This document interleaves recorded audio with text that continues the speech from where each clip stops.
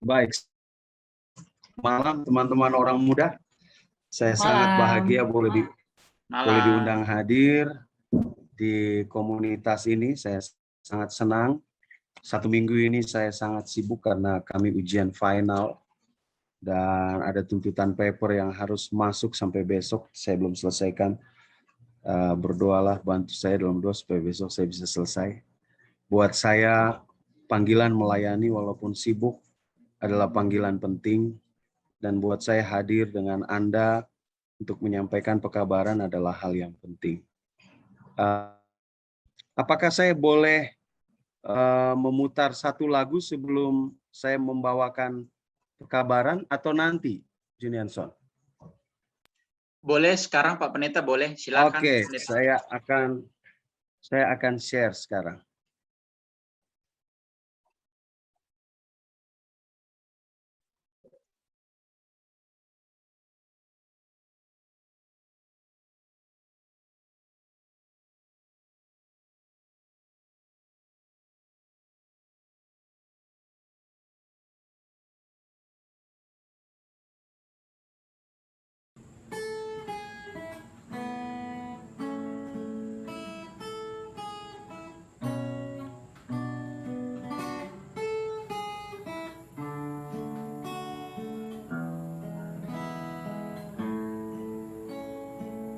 Selagi di dunia hidup manusia tak terlepas dari waktu dan masa,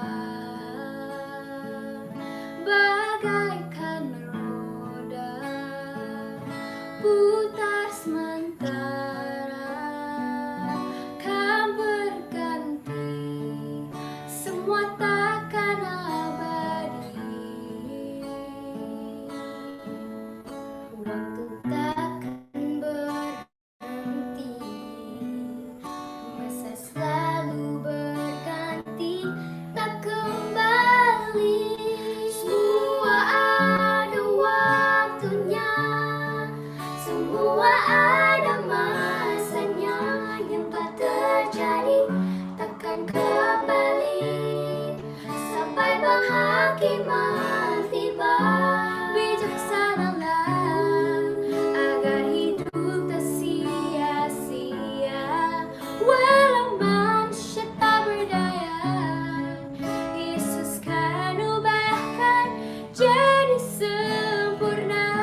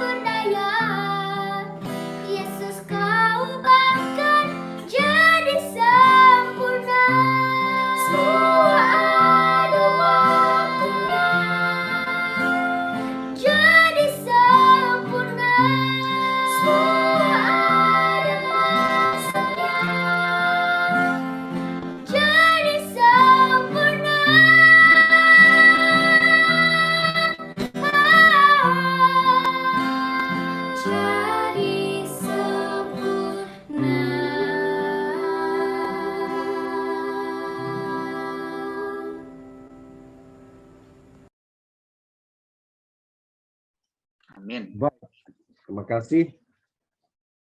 Saudara sudah dengarkan satu lagu pujian dari anak-anak kami. Saat ini kami berada di kampus di Filipina, sudah 2 tahun lebih kami berada di kampus ini untuk melanjutkan pendidikan kami. Dan saat ini di tengah kesibukan mengajar, saya masih menerima konseling pranikah dari 2 pasang calon pengantin. Yang satu di Indonesia, yang satu di Filipina.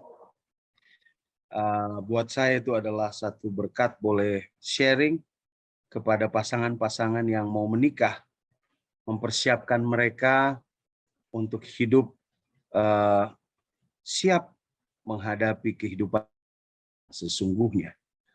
Izinkan saya berbagi slide dengan Anda semua malam hari ini. Dan tolong doakan karena di sini internet kadang-kadang bisa hilang. Jadi kita berdoa semoga ini boleh berjalan dengan baik. Baik, sebelum kita mulai mari kita tunduk kepala dan berdoa. Terima kasih Tuhan kami boleh bertemu di satu acara penting, pekabaran kepada anak-anak muda, mempersiapkan mereka untuk hari pernikahan. Dalam segala kekurangan kami datang padamu dengan rendah hati memohon, kiranya Roh Kudus bekerja di hati kami, menuntun kami, pikiran dan akal budi buat kami, agar kami mengerti pelajaran ini dan menguatkan kami sebagai anak-anak Tuhan yang harus berbeda dari orang-orang muda dunia. Kami harus punya prinsip, kami harus punya pegangan yang sungguh-sungguh untuk setia kepada Tuhan. Tuhan berkati teknologi yang kami gunakan, internet yang kami pakai. Kiranya malaikat Tuhan menjaga semua saluran internet ini dengan baik, sehingga setiap pekabaran, setiap kata-kata yang disampaikan, setiap slide yang ditayangkan, itu boleh tampil dengan baik, dapat didengar, dapat dilihat, dapat dimengerti. Dan berdirilah Tuhan di depan dan sembunyikan hamba, orang berdosa ini di belakang, agar apapun yang keluar dari mulut hamba datang hanya daripadamu. Di dalam nama Yesus kami berdoa. Amin. Baik, saya akan bagi.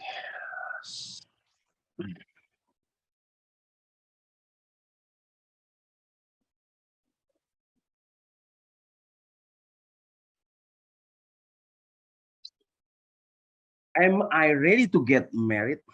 Apakah saya siap untuk menikah? Mungkin ini pertanyaan yang perlu orang-orang muda yang belum menikah perlu pikirkan. Saya siap nggak ya nikah?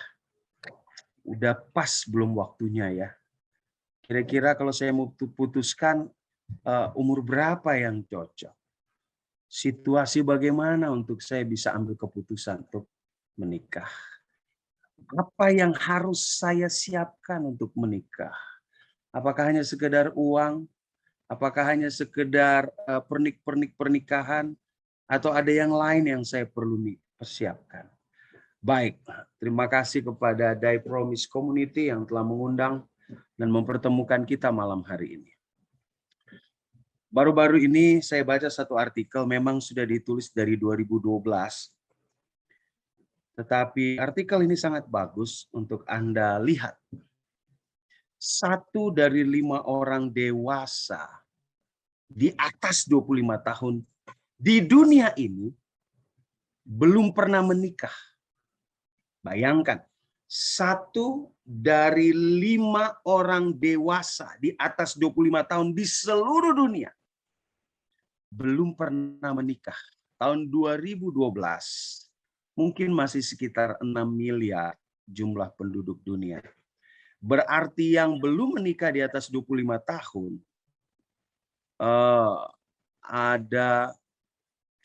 ini di Amerika. 42 juta orang Amerika tahun 2012 di atas 25 tahun belum menikah. Dan kalau ini sekarang tahun 2021 menuju ke 2022 berarti 10 tahun kemudian jumlah orang yang belum menikah di atas 25 tahun, kemungkinan bertambah. Baik, mari kita lanjutkan. Tahun 2018, 1 tahun sebelum pandemik terjadi. Jangan lupa, bukan 2020 mulainya, 2019 akhir. Dikatakan begini, data sensus menyatakan usia rata-rata orang dewasa menikah di dunia adalah 30 tahun untuk pria dan 28 tahun untuk wanita. Kalau dirata-ratakan, usia menikah di seluruh dunia adalah 30 tahun untuk pria, 28 tahun untuk wanita. Diperkirakan, ini yang jadi masalah sekarang, kita masuk generasi yang lain lagi. Diperkirakan beberapa generasi milenium akan tetap belum menikah melewati usia 40 tahun. Usia milenium itu kalau saya tidak salah ya, 10 tahun sebelum tahun 2000 dan 10 tahun sesudah tahun 2000. Jadi 1990 sampai tahun 2010. Saya harap ini tidak mengecilkan hati saudara, karena mungkin ada di antara saudara usia ini. Diperkirakan beberapa generasi milenium, beberapa, bukan semua, akan tetap belum menikah melewati usia 40 tahun. Masih sendirian. Aku masih seperti yang dulu, kata lagu Rinto Harahap atau siapa. Sorry kalau saya salah. Lalu pertanyaannya, kenapa para generasi milenium belum menikah? Kenapa mereka tidak memilih menikah seperti generasi X, baby boomers? Bahkan di generasi baby boomers ada yang masih 16, 17, 18 tahun sudah nikah. Alasannya pertama, 29% mengatakan mereka tidak siap secara finansial. 26% mengatakan mereka tidak menemukan seorang yang memiliki kualitas yang mereka cari. 26% juga mengatakan mereka terlalu muda. Jadi buat mereka usia 20, 28, 29 itu masih terlalu muda dan tidak siap. Nah, ini yang jadi masalah yang bagian terakhir. Tidak siap untuk berkomitmen. Karena menikah itu komitmen. Jangan lupa. Komitmen sampai maut memisahkan. Bukan komitmen sampai bulan madu selesai. Tidak. Komitmen sampai maut memisahkan. Jadi kalau ada di antara kita yang masih percaya firman Tuhan, Alkitab mengatakan pernikahan itu sampai maut memisahkan. Ada 7 alasan yang sah, saudara. 7 alasan sah untuk batal menikah, untuk tidak jadi, untuk tidak mau menikah, atau untuk tidak pernah menikah. Saya ulangi, 7 alasan yang orang pakai untuk semua orang boleh mengerti kenapa mereka putuskan untuk tidak menikah. Yang pertama, hidup bersama lebih umum dan diterima secara luas. Apa maksudnya hidup bersama? Saudara-saudaraku, hidup bersama namun tidak menikah resmi. Rupanya sekarang lebih umum diterima di dunia. Dulu di Indonesia, saudara-saudara.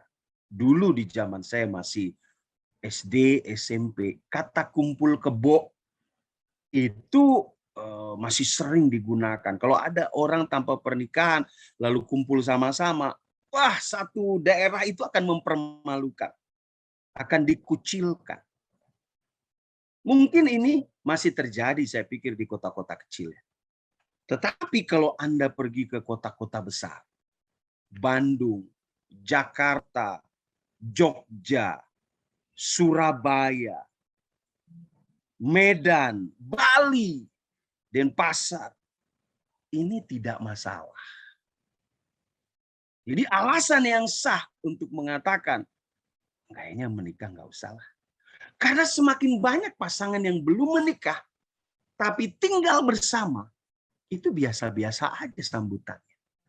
Anda bayangkan, 2018, orang dewasa berusia 25 hingga 34 tahun, 15% tinggal dengan pasangan yang belum menikah, dan naik 12%. 12%. Naik 12% dari 10 tahun yang lalu. Begitu cepat. 2008 tidak segitu. Masih 13%. 2018 25%. Sorry. 5% 2008. Sekarang 15%. Orang usia 25 hingga 34 tahun tinggal sama-sama tanpa perlu surat nikah, tanpa perlu pernikahan. Tinggal bersama walaupun belum menikah saat ini dianggap tidak tabu lagi. Wow, dulu saudara-saudara dari keluarga mempermalukan, dari warga akan mempermalukan, dari komunitas agama akan mempermalukan. Tetapi sekarang tinggal sama-sama sepertinya nggak tabu lagi. Bahkan ada beberapa orang masih kuliah. Tinggal sama-sama no problem. Tinggal satu apartemen. Saya tinggal di Filipina. Di Filipina seperti itu no problem. Filipina. Ya. Anda nggak akan bisa bercerai di sini karena cerai itu sulit di Filipina, karena harus urus surat cerai itu sampai ke paus baru bisa. Jadi kalau orang sudah nggak cocok lagi sama pasangannya, dia pindah aja, nggak perlu pakai surat, tinggal sama orang lain. Dan itu tidak tabu, ya. Sampai-sampai beberapa oma-oma memberikan statement kutipan begini. Ngapain beli sapi kalau Anda dapat susu gratis? Anda mengerti maksudnya ya? Jadi mereka bilang ngapain repot-repot keluarin uang mahal-mahal untuk pernikahan kalau kamu bisa dapat gratis tanpa perlu surat, tanpa perlu komitmen. Lihat teman-teman, inilah yang dipakai untuk menjadi satu model supaya tidak menikah. Menurut riset tahun 2019 sebelum pandemi, sebagian besar generasi Z, generasi milenium, generasi X, dan baby boomer. Baby boomer itu generasi saya. Ya. Lalu ada generasi X. Lalu ada generasi milenium dan generasi terakhir generasi Z. Mengatakan pasangan yang hidup bersama tanpa menikah tidak membuat perbedaan bagi masyarakat kita. Dan sekitar 1 dari 5 generasi Z dan generasi milenium mengatakan kohabitasi atau kumpul kebo adalah hal yang baik. Saudara bayangkan, hal yang baik bagi masyarakat. Memang ada kenyataannya ini terjadi. Kita tidak bisa pungkiri. Hal ini terjadi di lingkungan anak-anak muda milenial, anak-anak muda generasi Z di zaman akhir ini. Dan ironisnya, menikah dan hidup terpisah tampaknya menjadi tren baru. Ini hanya memajukan argumen bahwa pernikahan, menikah atau tidak menikah, bukan ukuran untuk membuktikan kecocokan satu sama lain. Anda lihat itu. Kami tanpa perlu nikah, kami tanpa perlu surat dari gereja, kami tanpa perlu surat dari pemerintah, aman aja, cocok-cocok aja, nggak ada masalah. Ini budaya dari barat, perlahan-lahan sudah mulai masuk ke timur.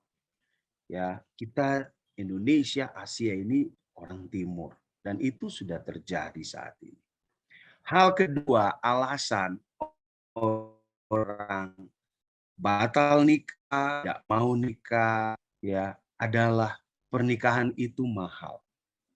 Ya, saya pikir sebelum pandemik ya, kalau pandemik ini masih sempat nikah lebih murah, saya pikir bagus kalau Anda mau nikah murah, tapi nggak boleh juga salah-salahnya. Pernikahan itu mahal kata generasi itu ketika sebelum pandemik.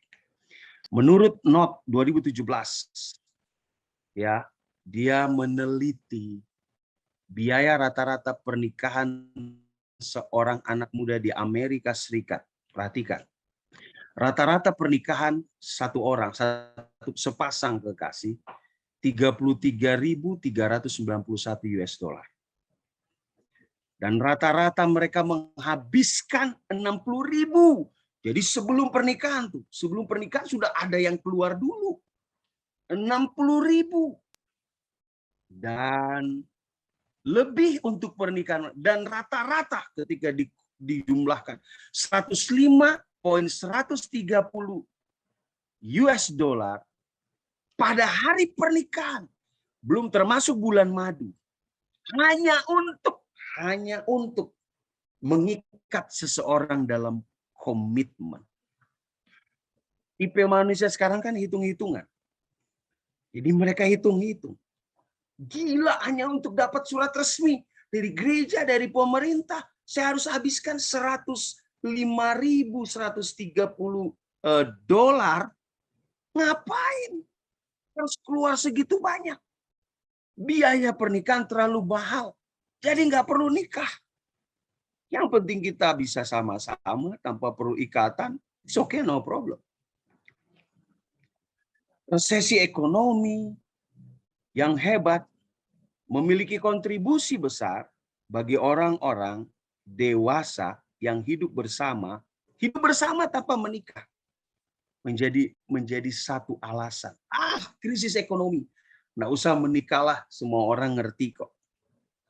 Saya masih ingat ya, zaman saya dulu ya, saya pikir masih ada di antara kalian yang saya pikir orang, mungkin Anda punya prinsip yang Anda masih pegang. Jangan pernah tinggal sama-sama sebelum tangan pendeta ditaruh di atas kepalamu. Baik kamu kuliah, baik kamu sudah bekerja, jangan. Itu haram hukumnya.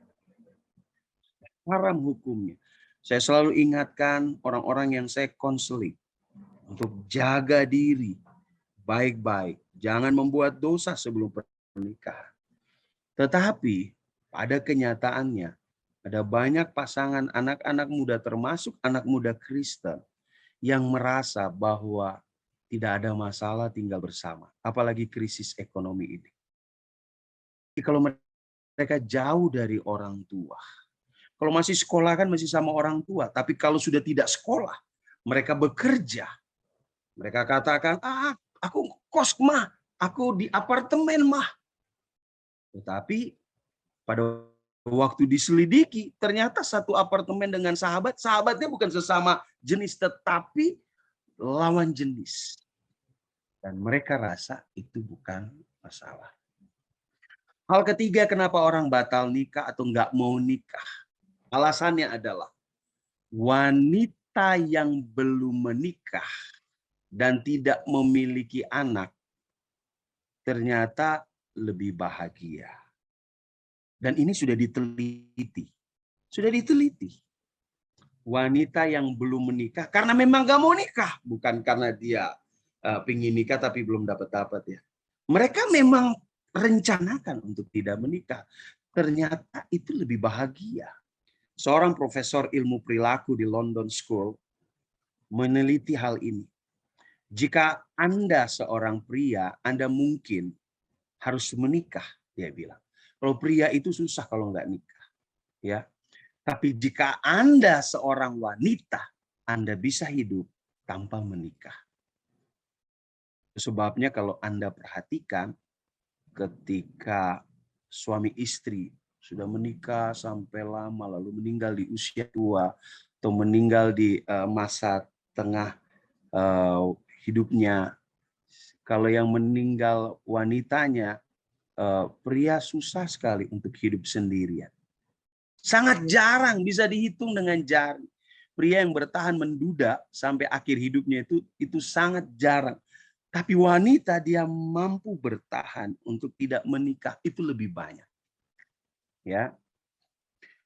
Lalu diteliti lagi oleh Profesor Paul. Wanita yang belum menikah dan tidak memiliki anak adalah subkelompok paling bahagia. Lihat itu.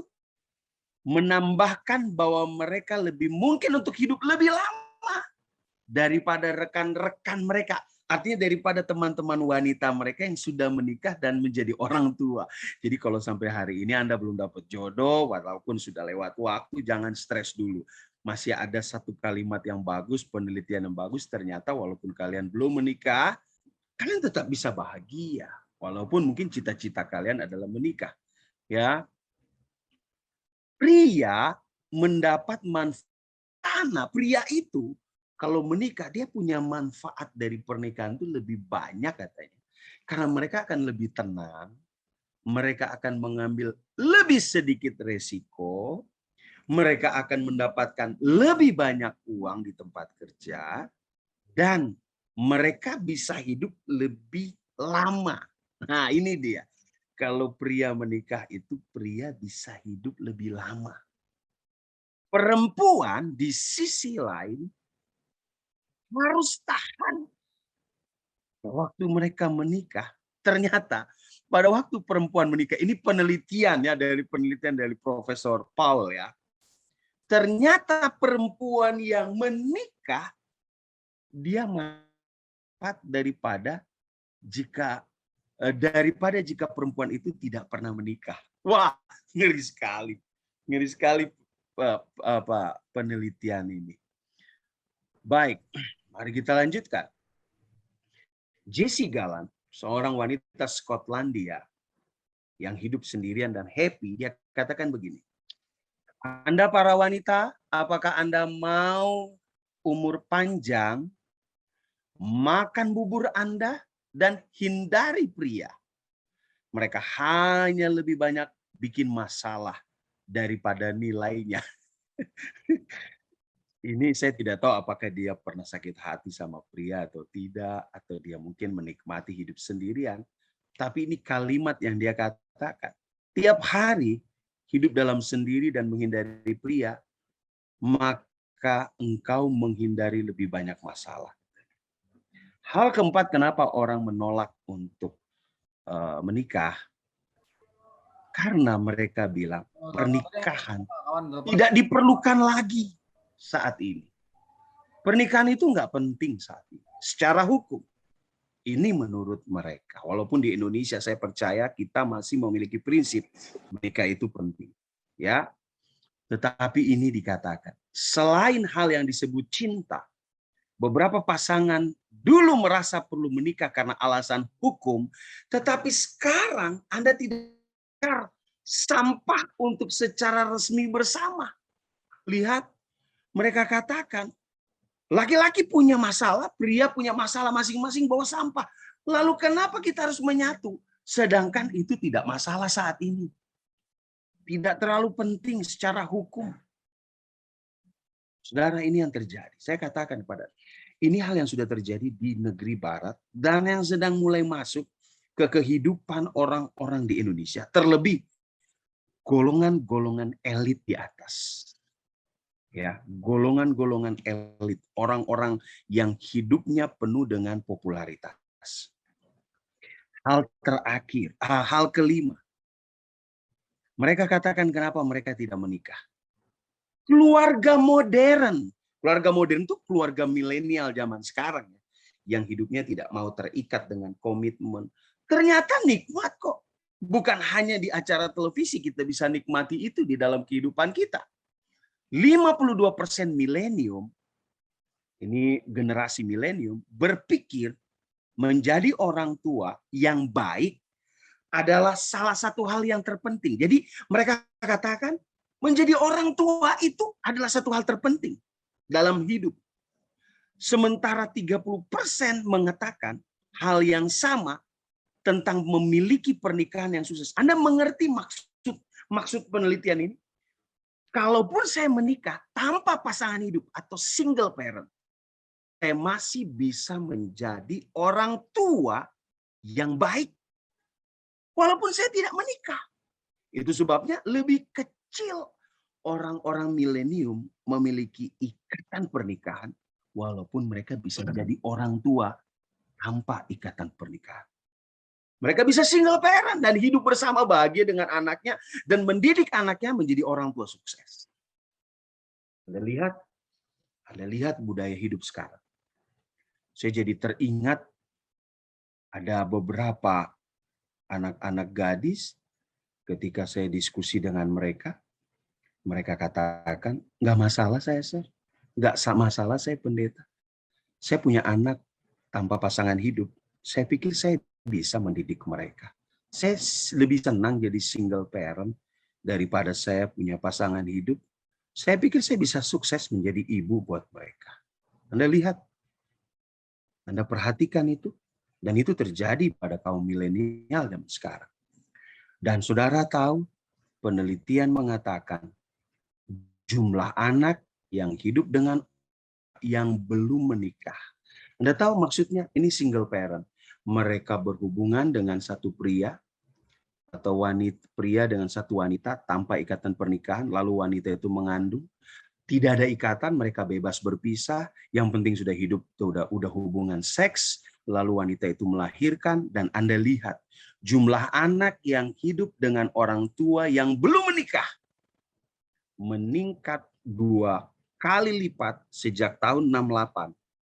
Melonjak dari 13%, Anda lihat, menjadi 32% pada tahun 2017. Wah, ngeri sekali. Apa yang salah, pendeta? Kami lakukan dengan benar, kami didik anak kami sekolahkan anak kami.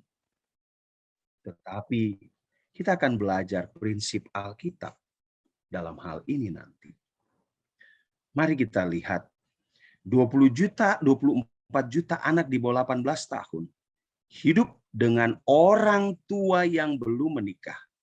Dengan 5 juta dari mereka hidup dengan orang tua yang hidup bersama. Lihat itu. Kalau 24 juta hidup dengan orang single parent, tapi ada 5 juta anak-anak yang hidup dengan orang tua mereka, dengan papa dan mama, komplit, tapi papa dan mama itu belum pernah menikah resmi. Anda lihat, perhatikan itu. Dan buat orang zaman sekarang, zaman now, ini bukan sesuatu masalah. Hal keenam, kenapa ada orang tidak mau menikah? Kenapa ada orang berpikir saya takut menikah? Alasan keenam adalah mereka takut bercerai. Saya sudah pernah pacaran dan saya sudah pernah putus. Saya takut lagi berpacaran selanjutnya karena saya pikir kalau saya menikah, pacaran dan menikah, saya takut saya akan bercerai. Trauma itu terus membekas dalam pikiran banyak orang. Ada ketakutan akan perceraian atau momok perceraian yang menjulang. Pada waktu saya konseling udah banyak sekali. Saya konseling banyak sekali pasangan yang sudah menikah. Saya nikahkan, ada yang saya nikahkan, ada yang orang lain nikahkan, tapi saya konseling. Dan satu pertanyaan yang saya tanyakan kepada mereka. Pertanyaan adalah, ketakutan apa yang paling Anda takuti saat Anda menikah? Jawaban nomor 1 adalah, pasangan saya pilih salah. Yang kedua, saya takut bercerai. 2 itu, internet berdoa supaya tidak ada masalah. Pertama adalah saya takut saya pilih pasangan yang salah. Yang kedua, saya takut bercerai. 2 itu jadi momok yang menakutkan kepada siapapun yang mau menikah. Bahkan mereka sudah mau menikah nih. Mereka masih berpikir, semoga tidak bercerai. Tahun 2017, angka perceraian turun 16,1%. Dari 1.000 pernikahan. Ini luar biasa, terendah dalam 40 tahun terakhir. Angka perceraian. Tetapi, Anda lihat dulu, belum selesai. Banyak yang percaya karena pasangan itu sudah tinggal sama-sama, tapi menunda untuk menikah resmi. Lihat, jadi ya kumpul kebo tanpa perlu ikatan sah. Makanya tingkat perceraian turun. Bukan karena mereka pisah, tapi karena memang mereka belum menikah resmi, tapi sudah tinggal sama-sama. Makanya ketika ada perpisahan, tidak bisa dibilang cerai. Karena tidak ada surat resmi, tidak perlu ke pengadilan. Masalah perceraian yang paling sering terjadi, masalah perceraian yang saya amati, saya coba teliti, saya baca banyak buku, kenapa banyak bercerai. Yang pertama, masalah sosial. Ini sosial ini bisa termasuk di sana ada pil dan will. Bisa juga masuk di sana ada orang ketiga. Orang ketiga itu bukan hanya pil dan will. Orang ketiga itu bisa ipar. Itu bisa bikin cerai. Yang kedua, masalah emosional. Masalah terbesar kedua yang membuat orang bercerai adalah emosional. Dan masalah yang ketiga adalah ekonomi. Anda lihat, 3 masalah ini menjadi dampak besar dalam menentukan perceraian. Itu sebabnya Anda perhatikan dan Anda harus jaga supaya ketiga masalah ini ketika Anda menikah jangan sampai menjadi masalah berat dalam hidup Anda. Hal terakhir, kenapa tidak menikah? Karena banyak orang tidak percaya lagi kepada pernikahan. Sangat sedih. Padahal lembaga pernikahan adalah lembaga yang Allah sendiri ciptakan sebelum manusia jatuh dalam dosa. Anda lihat, pernikahan bercampur dalam banyak norma sejarah, ekonomi, agama, sosial, budaya yang tidak cocok dengan beberapa pasangan. Dengan banyak yang melihat pernikahan sebagai institusi yang ketinggalan zaman. Semakin banyak orang merangkul gagasan bahagia selamanya tanpa surat nikah. Dan mencari tahu akhir dongeng mereka sendiri. Pertanyaannya, secara alkitabiah, apakah Tuhan mengizinkan 7 hal itu terjadi? Apakah Tuhan yang membentuk ke-7 hal itu di atas dunia ini? Tidak. Allah tidak pernah memikirkan ke-7 hal itu akan terjadi dalam setiap rumah tangga. Alkitab dengan jelas mengatakan mulai dari buku Kejadian pasal 1 dan 2 dengan jelas Allah menyatukan pria dan wanita. Bahkan Allah katakan seorang pria akan meninggalkan ayah dan ibunya. Anda bayangkan, Adam dan Hawa belum punya bapak, nggak punya ibu. Tapi Allah sudah bilang, seorang perempuan, laki-laki akan meninggalkan ayah ibunya dan bersatu dengan istrinya. Artinya Allah menginginkan manusia hidup bersama, memiliki pasangan. Kecuali, ada kecualinya. Jika ada di antara kita yang diberikan karunia khusus untuk tidak menikah. Itu ada di Alkitab. Karunia tidak menikah itu ada.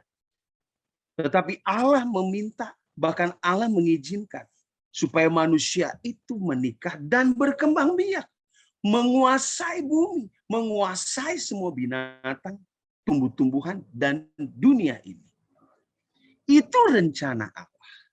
Itu rencana mulia Allah.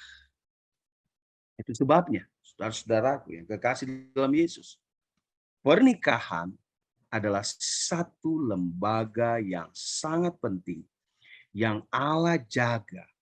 Karena Allah ciptakan itu sebelum manusia jatuh dalam dosa. Dengar ini baik-baik. Pernikahan. Di dalam pernikahan ada seks di sana. Tetapi seks yang dimaksud Allah bukan seks seperti pikiran manusia saat ini. Dan bagi Allah itu adalah suci adanya. Tetapi Anda lihat baik-baik. Setan berusaha menghancurkan apapun yang Allah buat.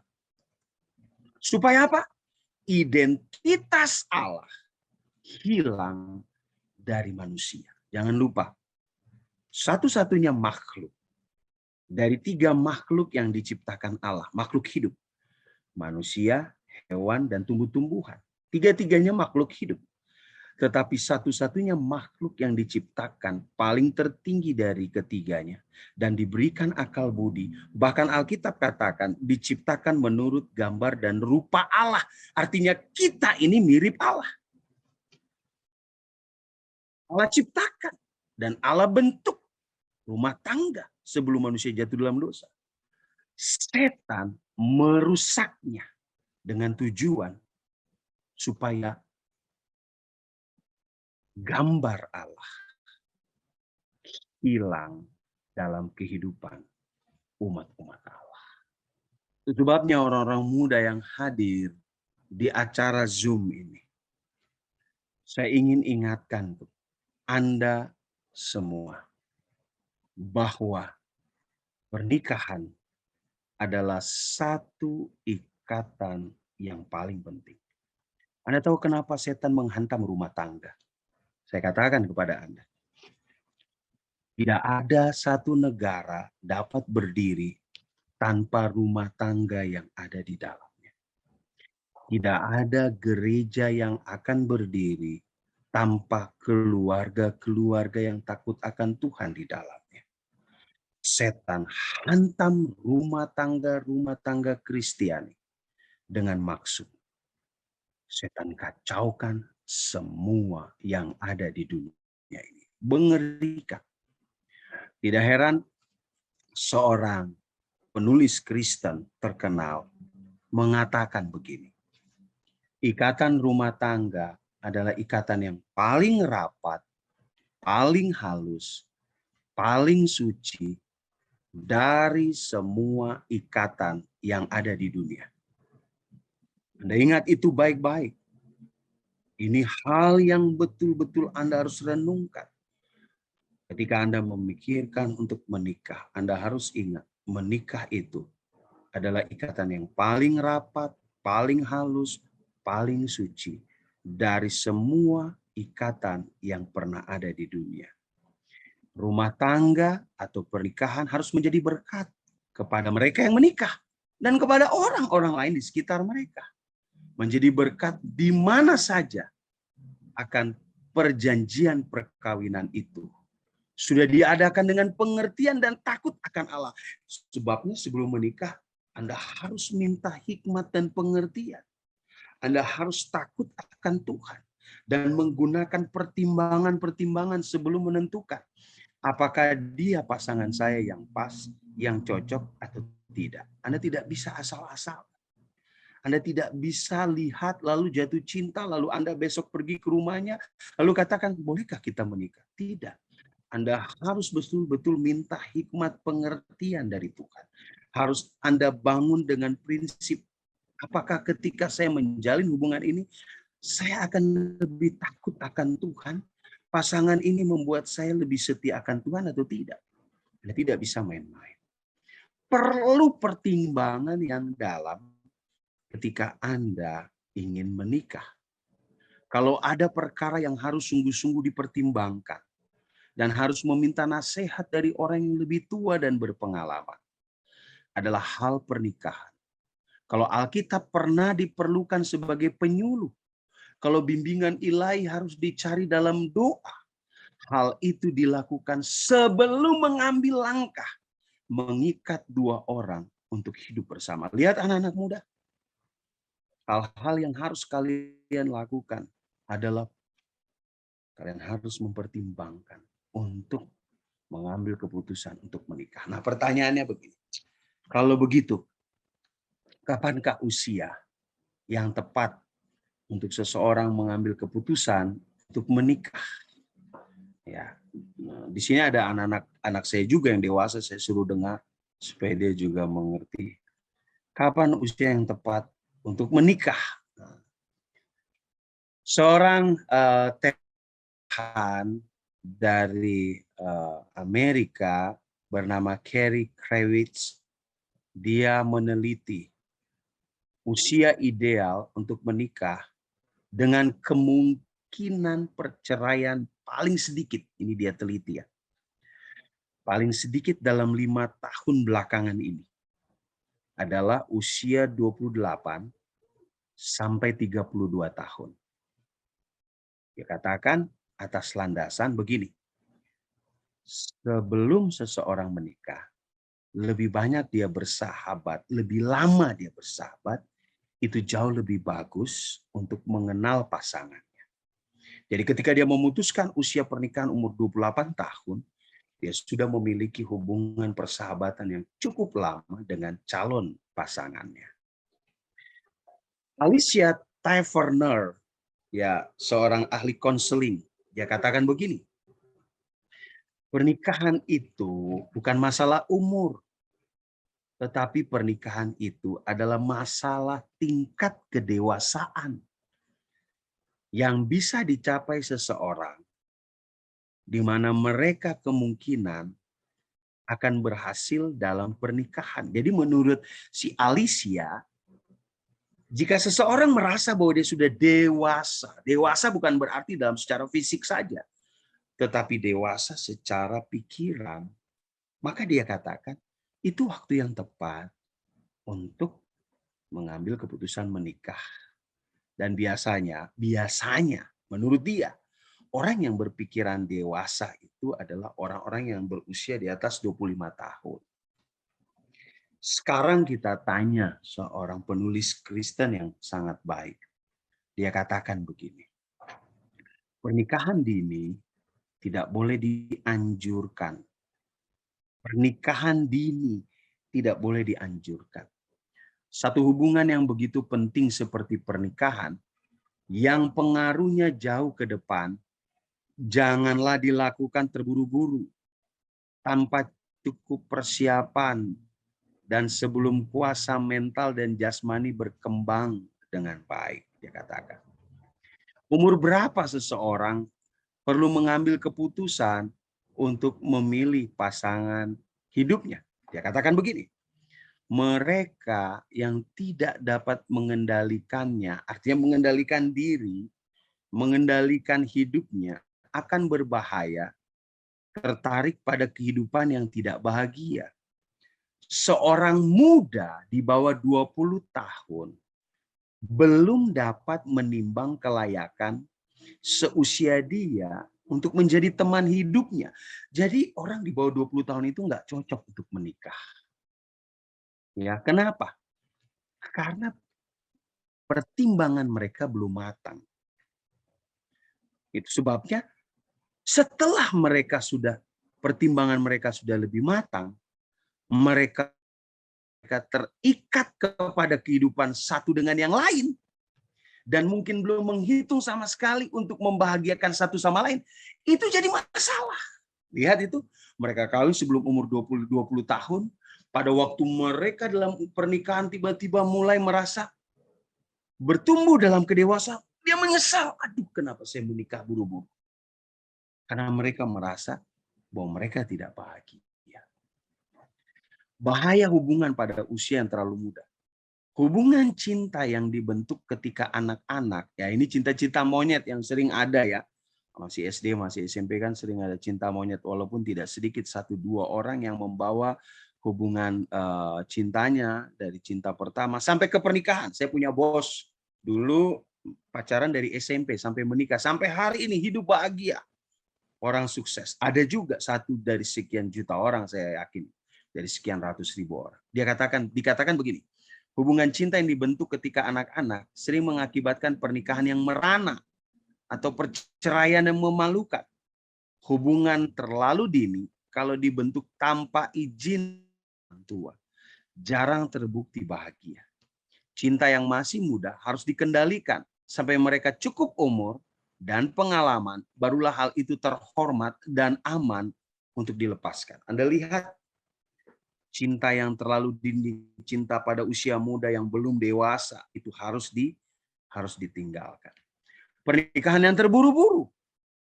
Setan selalu sibuk untuk mempercepat para pemuda yang kurang berpengalaman ke jenjang pernikahan. Lihat itu. Ya, anak-anak muda, hati-hati anak-anak muda, khususnya para pria. Ya. Mereka setan bujuk, ayo cepat nikah. Kalau dia tidak mau nikah, kalau biaya nikah terlalu mahal, main dengan cara dunia. Gerayu dia, lakukan hubungan seks dulu sebelum nikah. Supaya waktu menikahnya nggak perlu mahal-mahal. Lihat cara setan itu sangat-sangat kurang ajar. Dikatakan gini, tetapi semakin kurang bangga kita terhadap pernikahan yang terjadi sekarang ini, itu lebih baik. Artinya pernikahan terlalu dini. Bila mana sifat suci dan tuntutan pernikahan dipahami, maka sekarang pun itu akan disetujui surga. Dan hasilnya menjadi kebahagiaan untuk kedua belah pihak dan Allah akan dimuliakan. Lihat, kalau Anda menikah tidak terburu-buru, Anda tetap dalam proses yang penuh pertimbangan, dikonsultasi dengan Tuhan, melihat kehidupan dari calon Anda, berusaha untuk bertumbuh bersama lebih dulu, mengerti artinya hidup bersama, baru Anda putuskan untuk menikah. Itu akan lebih baik dan itu akan membuat bahagia di kedua belah pihak dan memuliakan. Agama sejati memuliakan pikiran, memurnikan cita rasa, menguduskan pertimbangan, dan membuat pemiliknya mengecap kesucian dan pengaruh surga.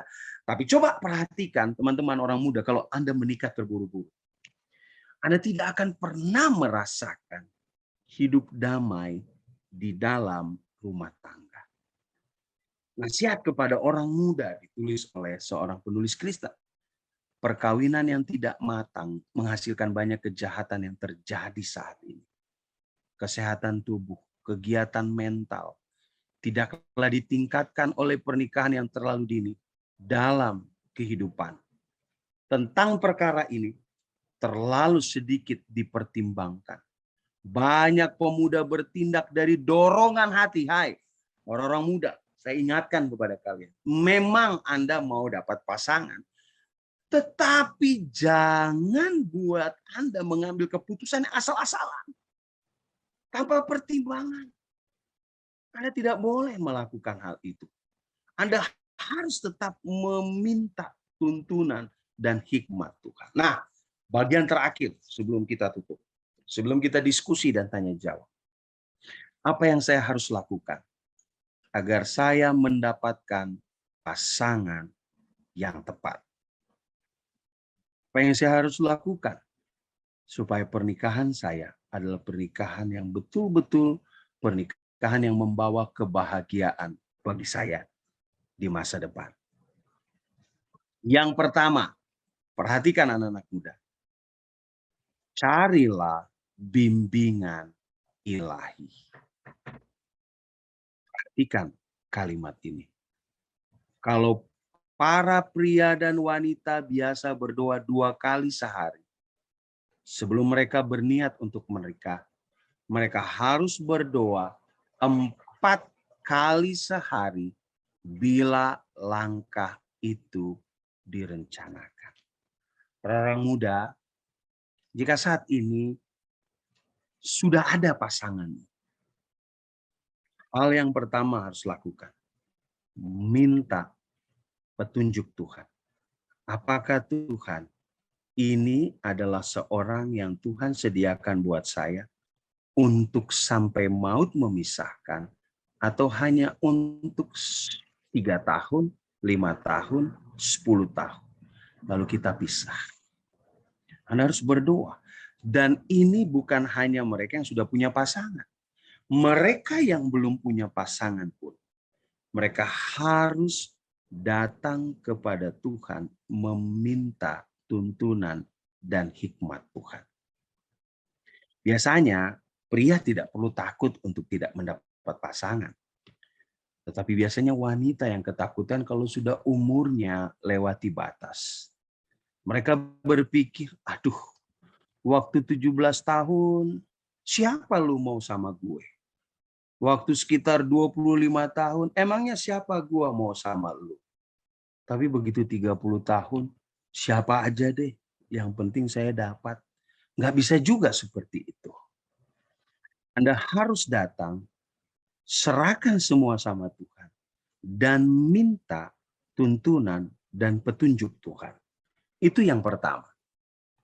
Yang kedua, biarlah mereka yang berencana untuk menikah menimbang setiap perasaan, mengawasi setiap perkembangan karakter pada seseorang dengan siapa mereka pikir untuk bersatu dalam hidup di masa yang akan datang.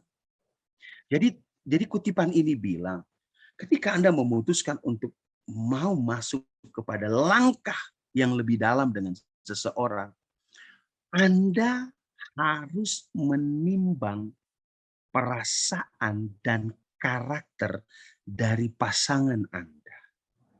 Anda harus mempertimbangkannya. Karakternya, sifat hidupnya. Itu sebabnya Anda harus memiliki waktu yang tidak mungkin instan, baru kenalan lalu menikah. Tidak. Anda butuh waktu untuk lebih mengenal lebih dalam. Bukan hanya dirinya, tapi Anda perlu kenal keluarganya. Anda perlu kenal orang tuanya. Dengan melihat dia memperhatikan orang tuanya, maka Anda akan tahu orang tuanya saja yang melahirkan. Dia perhatikan. Berarti saya akan juga diperhatikan. Tetapi kalau orang tuanya yang melahirkan dia tidak perhatikan, apalagi saya yang tidak satu daging, tidak satu darah dengan dia. Itu sebabnya Anda perlu mempertimbangkan dan mengawasi karakter dari orang di mana Anda akan menikah. Jangan Anda dapati seorang yang kehidupannya suka pukul, suka marah, suka emosi, menyuruh Anda tidak boleh bergaul dengan siapapun, lalu Anda harus diatur setiap hari sama dia, mengambil keputusan harus dari dia. Lalu Anda berpikir, udahlah, daripada saya nggak dapat, kalau putus sama dia, udahlah saya terus-terusan aja sama dia, saya bertahan aja. Lalu Anda biarkan dia terus seperti itu.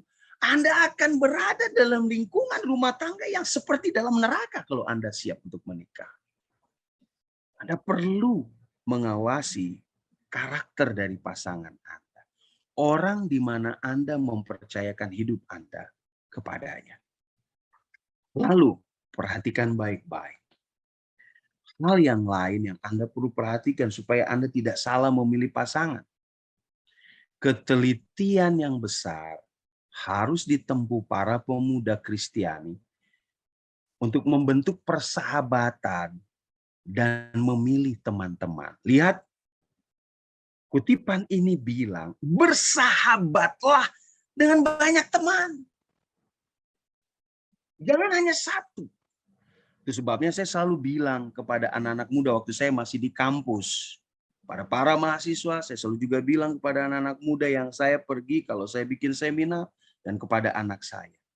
Jangan terlalu mudah untuk nyatakan I love you kepada seseorang. Tahan itu. Yang kamu perlu lakukan di usiamu, usia 18, 19, 20, 21, 22. Cari sahabat dulu yang banyak. Cari teman yang banyak, tapi bukan TTM. Sahabat bukan TTM. Teman tapi mesra, tidak. Dia betul-betul sahabat.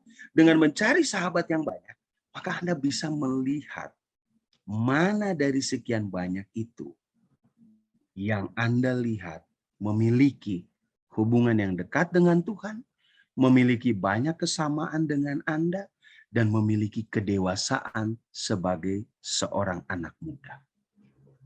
Jadi bersahabat dulu teman-teman.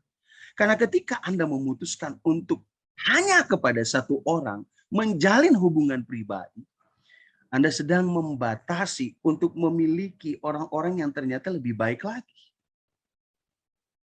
Itu sebabnya bersahabat dulu. Itu makanya itu disebut dengan courtship. Di dalam persahabatan itu, Anda dapat melihat apakah orang ini emas murni, betul-betul hatinya murni, hati yang tulus, hati yang sayang, betul-betul sayang dari hati yang terdalam, bukan munafik, atau dia hanyalah kuningan biasa. Ada banyak orang menyesal ketika dia terlalu cepat-cepat memutuskan untuk menikah. Dia pikir pasangannya itu adalah emas, dan ternyata ketika menikah, ternyata itu hanyalah logam campuran. Dan kalau Anda sudah menikah, saya ingatkan kepada orang muda Kristen, haram hukumnya, menurut Alkitab, haram hukumnya bercerai. Anda harus ingat baik-baik. Kalau Anda sudah putuskan menikah, berarti terimalah segala kekurangannya sampai maut memisahkan. Karena tidak ada perceraian dalam kehidupan Kristiani. Apa Pendeta Giri? Ada kok, Alkitab bilang kalau istrimu kedapatan melakukan hubungan seks, berselingkuh, boleh kok. Perhatikan baik-baik. Yang Tuhan minta adalah menikah satu sampai maut memisahkan. Tapi bangsa Israel memaksa Musa untuk membuat aturan. Karena mereka melihat wanita itu tidak ada harganya dan bisa ditinggalkan kapanpun. Sampai aturan itu dibuat. Pada prinsipnya Allah mengatakan kepada orang Kristen memiliki prinsip pernikahan seperti Hosea. Anda tahu cerita Nabi Hosea? Istrinya yang dia nikahi menjadi seorang pelacur. Tuhan bilang, enggak, kamu harus jemput dia, mandikan dia yang bersih, lalu kamu jadikan dia tetap istrimu yang sah. Sampai 3 kali teman-teman dia punya anak. Tetapi Tuhan bilang, prinsip mengasihi, prinsip mengampuni harus ada. Dan itu hanya bisa Anda lakukan kalau masa muda Anda gunakan untuk melihat dulu banyak teman. Dan pada akhirnya meminta petunjuk Tuhan untuk memilih yang paling terbaik bagi diri Anda. Hal berikutnya, mencari nasihat. Jangan, teman-teman, saya kasih tahu Anda, umur-umur Anda, cari pasangan. Jangan gunakan kalian punya cara berpikir sendiri. Karena kebanyakan anak muda, dia lebih mengikuti perasaan daripada pertimbangan. Kalau Anda punya orang tua yang takut akan Tuhan, minta nasihat mereka. Kalau Anda melihat ada seorang pendeta yang takut akan Tuhan, bijaksana dalam memberi nasihat, atau ada orang tua yang bukan orang tua kandung Anda, tapi mereka sangat bahagia dengan istri atau suaminya, mereka hidup bahagia dan menjadi teladan yang baik, hanya minta nasihat buat mereka. Ya, minta petunjuk dari mereka. Apa yang saya harus lakukan untuk saya bisa hidup bahagia dengan pasangan. Ada kebanyakan anak-anak muda ketika mereka sedang dimabuk kepayang oleh cinta. Mereka tidak peduli kepada orang tua. Mereka tidak peduli nasihat dari orang-orang yang ada di sekitar. Mereka merasa itu mengganggu privasi mereka. Dan ternyata mereka hancur ketika mereka menjalin hubungan yang lebih tinggi dalam pernikahan. Hal yang lain untuk para wanita. Untuk para wanita, perhatikan baik-baik. Karena wanita lebih banyak dari pria ya. Wanita lebih banyak. Yang hadir pun wanita lebih banyak di sini. Sebelum mengulurkan tangan untuk menikah, sebelum Anda mendapatkan urapan pendeta di kepala Anda, perhatikan para wanita. Setiap wanita harus menyelidiki apakah laki-laki yang akan bersatu dengannya itu layak. Apakah catatan masa lalunya baik? Apakah hidupnya itu suci? Apakah cinta yang dinyatakan kepadamu itu mulia? Apakah tabiatnya agung atau hanya dorongan, keinginan, emosi? Apakah dia memiliki ciri pembawaan yang dapat membuatmu bahagia? Anda harus bertanya. Anda harus tanyakan itu. Aduh, bagaimana pendeta, saya sudah 4 tahun loh. Tapi saya lihat dia nggak berkembang, dia nggak dewasa, dia masih suka.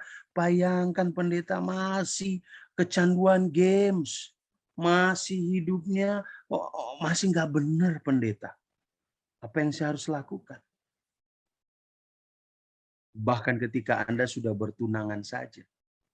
Dan kalau Anda dalam pergumulan Anda, dalam petunjuk yang Anda lihat dari Tuhan bahwa orang itu tidak akan membuat Anda hidup bahagia dan tidak akan membuat Anda takut akan Tuhan. Tidak ada salahnya untuk memutuskan, untuk tidak melanjutkan ke jenjang pernikahan.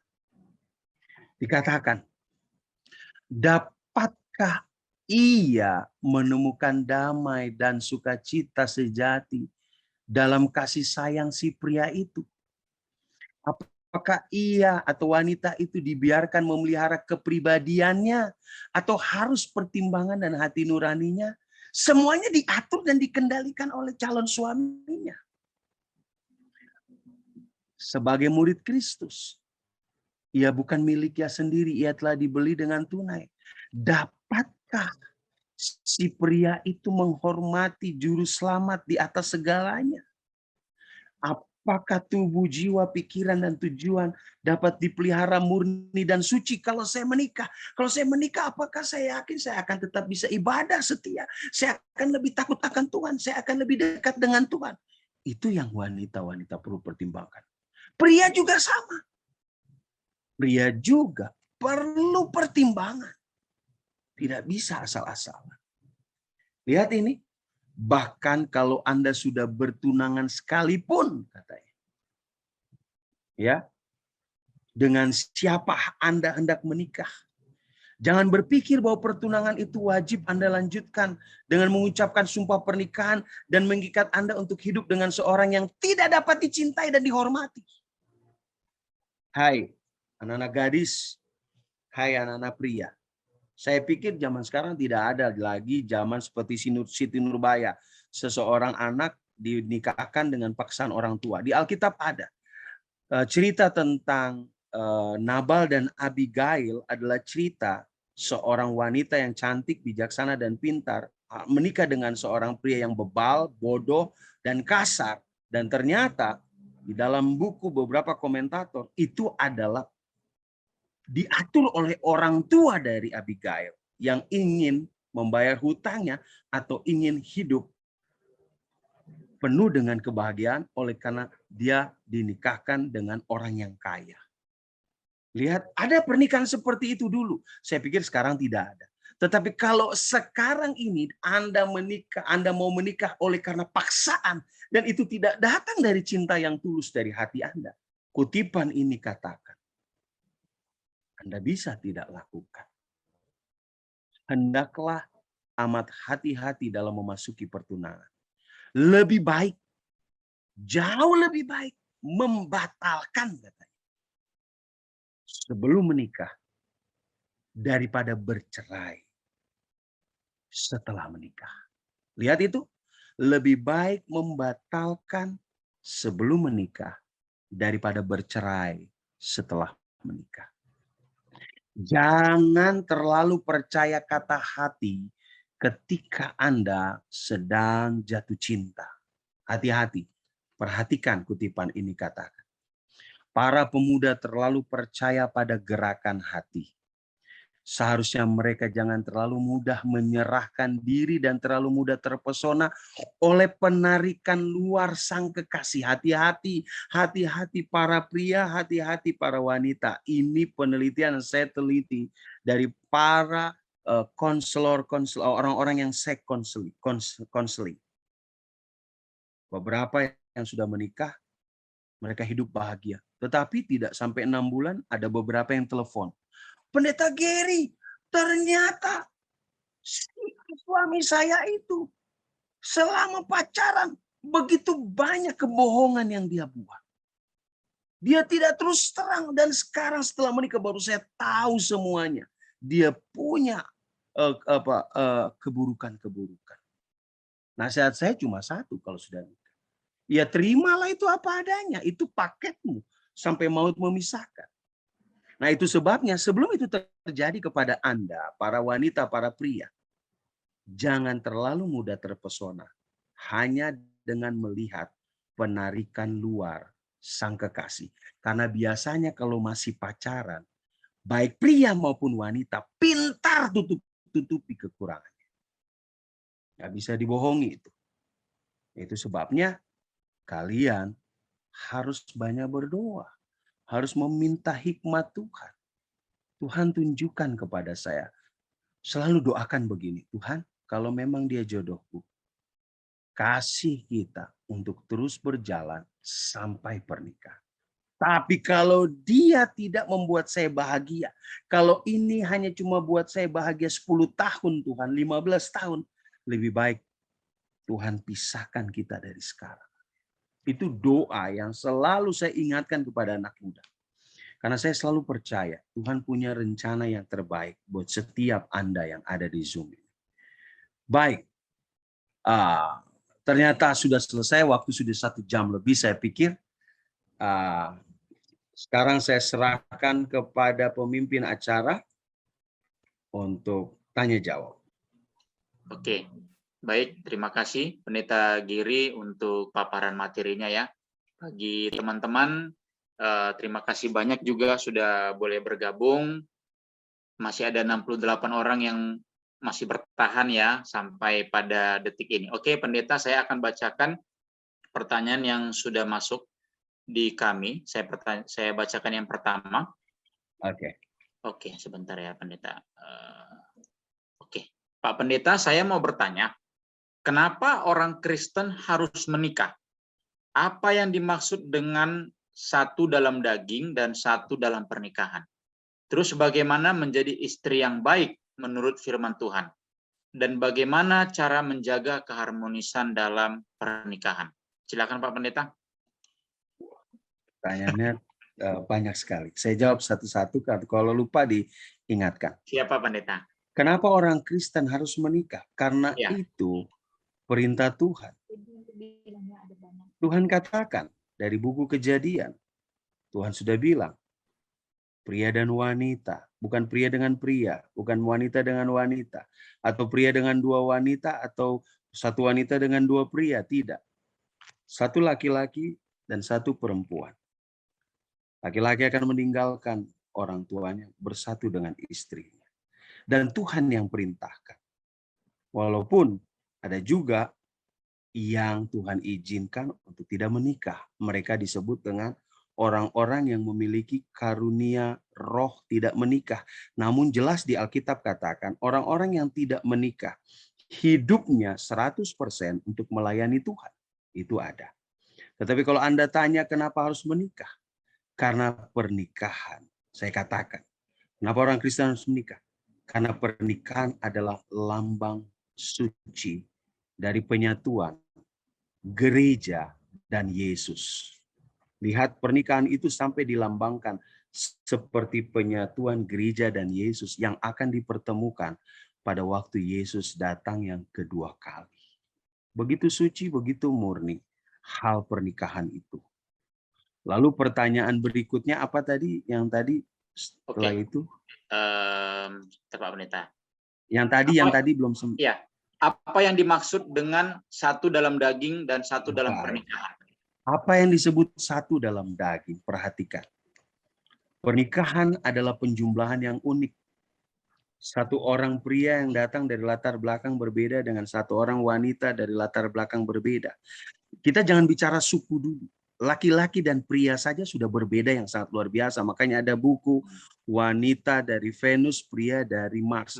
Jadi kalau ini bumi, Venus di sebelah sininya bumi, Mars di sebelah sininya. Itu bertolak belakang. Itu saja sudah berbeda. Tetapi ketika mereka menikah, mereka tidak jadi 2, mereka menjadi 1. Mereka satu dalam pikiran, mereka satu dalam rencana, mereka satu dalam tujuan. Itu sebabnya ketika menikah, maka mereka harus memiliki satu tujuan dalam perjalanan hidup mereka.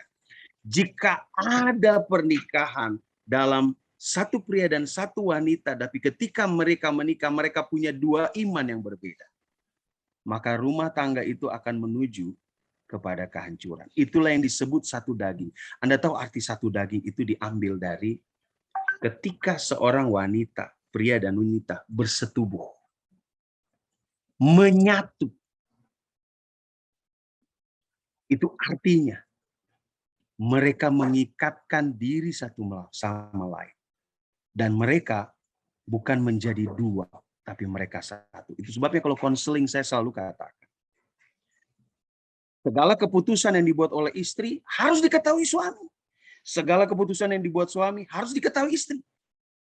Uang istri adalah uang suami. Uang suami adalah uang istri. Tidak ada uang istri, uang suami. Lalu suami bilang, gue pokoknya yang tanggung makan ya. Lu pokoknya yang tanggung untuk bayar uang sekolah anak ya. Lu yang tanggung. Nggak ada begitu. Semua menjadi satu. Lihat itu. Tidak ada istri mau putuskan sesuatu, tanya dulu ke orang tua. Mak, gue mau beli mobil nih, Mak. Gue mau beli rumah nih, Mak. Menurut Mama gimana? Bukan itu. Ketika Anda mau memutuskan sesuatu, Anda harus bertanya dan diskusi dengan pasangan Anda. Bukan dengan teman Anda, bukan dengan orang tua Anda. Ibu bapak tetap adalah orang tua yang dihormati. Tapi ketika Anda menikah, orang pertama yang harus minta nasihat, minta petunjuk, minta diskusi, itu adalah pasangan Anda. Nah, itulah satu. Keputusan apapun, dalam memutuskan untuk punya anak, satu putusan. Jadi kalau saya suka tanya kepada mereka yang di konseling, kamu punya anak berapa nanti yang cewek? Yang perempuan selalu maunya anaknya sedikit. Yang cowok yang selalu lebih banyak ya. Perempuan 2 aja lah pendeta. Kalau cowok enggak, aku maunya 4. Rata-rata cowok lebih banyak. Tapi satu kali saya konseling orang Filipin yang cewek maunya lebih banyak anaknya. Ya mungkin mereka punya cara berpikir beda. Itu pun harus saya tanya supaya mereka mengerti segala sesuatu harus satu keputusan. Itulah yang disebut dengan satu daging. Ya, dengar satu lagi nasihat sebelum melanjutkan ya, Jenny. Ketika pria menikah, maka mereka harus melihat istrinya adalah bagian dari dirinya. Jangan lupa, wanita adalah tulang rusuk pria. Artinya, kalau pria menyakiti wanita, berarti pria itu sedang menyakiti dirinya sendiri. Dan Yesus bilang, wanita, engkau harus ingat, pria adalah kepala. Ya, engkau harus menghormatinya, respect kepadanya. Itulah satu. Silakan lanjutkan, Junian. Oke, terima kasih Pendeta. Ini ada pertanyaan lagi. Ini mungkin tadi sudah Pendeta singgung ya, cara menjaga keharmonisan dalam pernikahan, Pak Pendeta. Masih dari pertanyaan yang orang yang sama, Pak Pendeta. Oke. Bagaimana menjaga keharmonisan dalam pernikahan? Baik, pernikahan itu bukanlah untuk satu hari ketika acara itu saja. Atau selama 1 minggu bulan madu setelah pernikahan. Tetapi pernikahan itu adalah sampai maut memisahkan. Satu-satunya hal yang membuat kita tetap bisa harmonis adalah meminta Tuhan selalu hadir dalam kehidupan rumah tangga kalian. Meminta Tuhan hadir di hati pasangan kalian. Meminta Tuhan hadir di dalam hatimu. Karena kalau bukan Tuhan yang hadir, kalau uang yang hadir, Anda akan berkelahi. Kalau pekerjaan yang paling utama, Anda akan berkelahi. Kalau segala keinginan diri yang paling utama, rumah tangga akan hancur. Hal yang membuat kita bisa harmonis adalah, pertama Tuhan bilang, carilah dulu aku. Yang lain kamu dapatkan. Itu benar adanya. Saya sudah menikah 20 tahun dengan istri saya. Sekarang dalam perjalanan ke 21 tahun. Saya belajar terus sampai hari ini tentang siapa dia. Makanya pernikahan itu sekolah yang tidak pernah tamat. Anda harus ingat, jangan Anda pikir begitu saya menikah, itulah saya lulus. Tidak, itu baru mulai sekolah itu. Begitu Anda nikah, baru Anda kaget. Aduh, ternyata dia begini orangnya. Tidur di tempat itu, aduh dia ngorok selama ini. Aduh dia tukang kentut rupanya. Aduh dia panuan rupanya. Aduh dia nggak sopan di rumah. Baru Anda tahu itu. Disitulah belajar untuk menyatukan perbedaan itu. Dan saya katakan, perbedaan itu sangat sulit disatukan kalau dua-duanya tidak rendah hati. Ya, ini prinsipnya. Tuhan lalu rendah hati. Saya katakan sama Anda.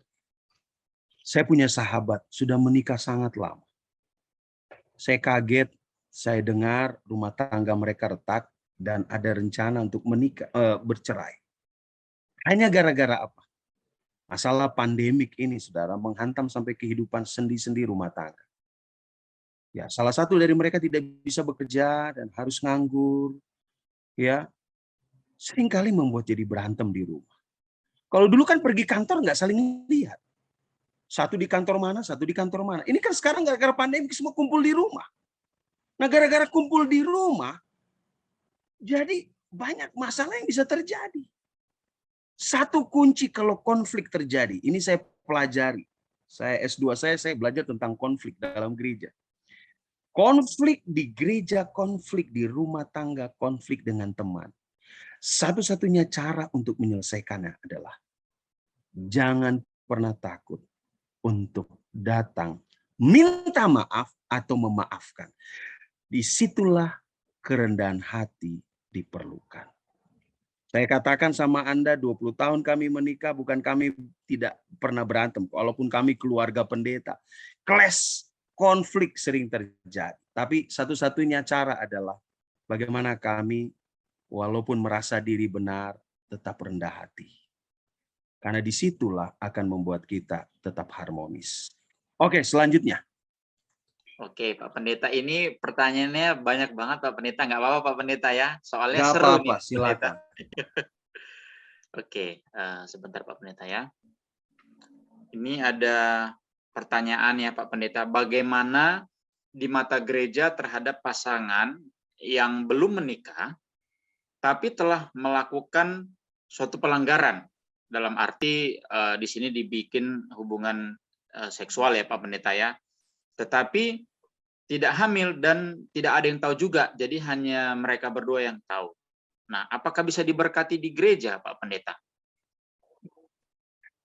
Kalau yang tahu cuma mereka berdua, Iya, bagaimana pendeta mau marah? Kalau yang tahu cuma mereka berdua. Saya punya cerita pengalaman, Juni. iya, silakan Saya Pak punya Pendeta. cerita pengalaman. Saya selalu bertanya kepada konsili yang saya konseli. Saya selalu tanya begini, kalian sudah berhubungan badan belum? Saya tanya dengan tulus. Selalu jawabannya nggak pernah. Enggak lah, Sir. Enggak lah, pendeta. Kan itu suci. Mana kita begitu? Prinsip saya begini, Jun. Selama saya tidak tahu dan selama mereka tidak mengaku, buat saya akan berkati mereka. Itu urusan mereka dengan Tuhan. Tetapi kalau mereka mengaku dan mereka mengatakan itu, namun mereka sudah meninggalkannya.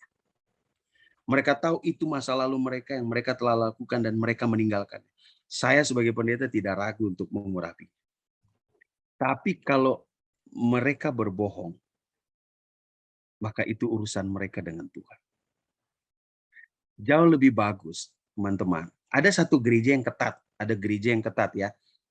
Ketika Anda Anda belum menikah tapi Anda sudah berhubungan, Anda tetap diberkati tapi tidak di gereja. Anda bisa bikin di hotel, Anda bisa bikin di rumah, Anda bisa dibikin di taman.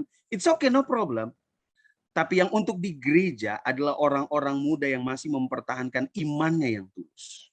Dan yang saya tahu Uni Barat itu masih ketat ya. Tapi ada pendeta yang nggak ada masalah. Di gereja yang lain nggak ada masalah. Nggak ada masalah. Tapi yang paling penting saya katakan kepada Anda.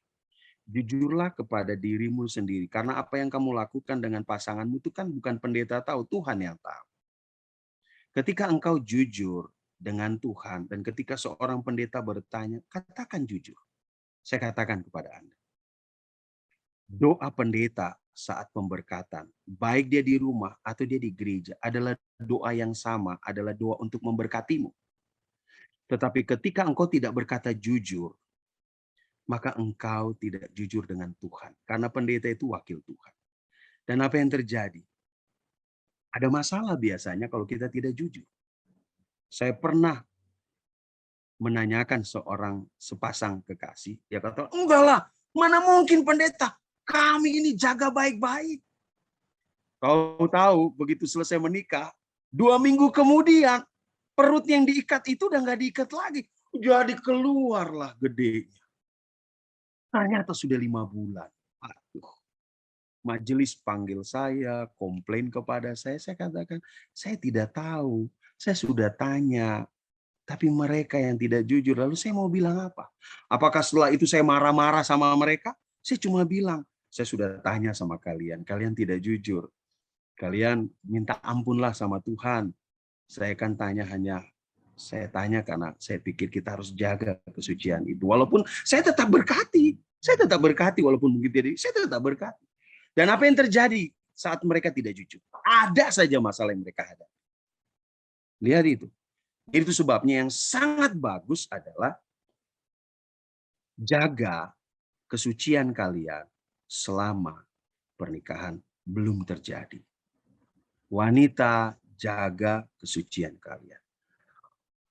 Sekarang mah nggak zaman pendeta. Akhirnya banyak orang mengatakan wanita rela memberikan tubuhnya untuk mendapatkan cinta seorang pria, dan pria rela memberikan cintanya untuk mendapatkan tubuh seorang wanita. Lihat, wanita rela memberikan tubuh untuk dapatkan cinta, pria rela memberikan cinta untuk mendapatkan tubuh. Saya pikir itu hanya kata-kata dari orang dunia. Karena umat Tuhan adalah orang-orang yang harus menjaga itu dengan baik. Nah, pendeta, kalau saya pernah lakukan, tapi saya menyesal, saya tidak lagi mau lakukan. Minta ampun sama Tuhan. Minta maaf sama Tuhan. Ceritakan kepada Tuhan kesalahanmu. Tidak ada dosa yang tidak dapat diampuni. Tuhan dapat mengampuni. Tuhan akan berikan yang terbaik buat kamu. Tapi katakan itu kepada Tuhan. Janji sama Tuhan bahwa kita akan menjaga kesucian sampai hari pernikahan. Saya selalu ingatkan kepada orang yang saya konseling. Saya tidak peduli dengan hubungan mereka sebelumnya. Yang saya katakan, selama konseling harus jaga hubungan ini. Karena ini kita akan bawa di hadapan Tuhan. Ya anak muda, gereja hanyalah satu tempat yang Tuhan pakai untuk mengingatkan Anda untuk datang setia dan mengikuti petunjuk Tuhan. Tapi gereja tidak dapat memaksa Anda. Pilihan itu ada di tangan Anda.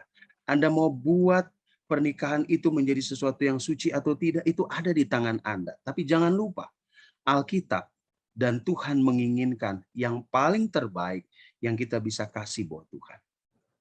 Ya, itu nasihat. Jadi kalau Anda pernah jatuh dalam kesalahan itu, datang pada Tuhan, minta ampun, dan tidak mengulangi lagi. Itu nasihat saya. Baik, terima kasih Pak Pendeta. Kita lanjut ke pertanyaan berikutnya ya. Saya mau bertanya Pak Pendeta, misalkan si pria mau menikah di umur 28 tahun, tetapi yang perempuan pengen lebih telat sedikit, jadi umur 30, mungkin karena kondisi. Apa kira-kira solusi dari Pak Pendeta yang terbaik buat keduanya? Karena Baik. dalam pernikahan pasti akan ada permasalahan yang harus dihadapi. Bagaimana itu Pak Pendeta? Baik, ada beberapa pertimbangan ya, masalah umur ya. Anda harus pertimbangkan juga kalau Anda menunda pernikahan di atas 30 tahun. Karena Anda harus perhitungkan, kalau Anda kerja di perusahaan, jangan sampai Anda pensiun, anak-anak Anda masih sekolah, masih SMA. Padahal mereka perlu lanjutan untuk kuliah. Anda perlu pertimbangan di sana dalam memilih ini. Kapan waktunya menikah. Tapi jika ada pertimbangan-pertimbangan khusus di antara kalian berdua, pria dan wanita, cara yang terbaik adalah duduk sama-sama. berbicara. Kasih alasan kenapa saya minta kamu tunda dulu. Kalau alasannya masuk di akal, alasannya adalah untuk kebaikan, it's okay, terima, enggak masalah. Tapi kalau alasannya tidak masuk di akal, ya mungkin perlu mengikuti nasihat dari yang satunya lagi. Jadi hal tentang memutuskan kapan waktu menikah adalah duduk sama-sama, minta petunjuk.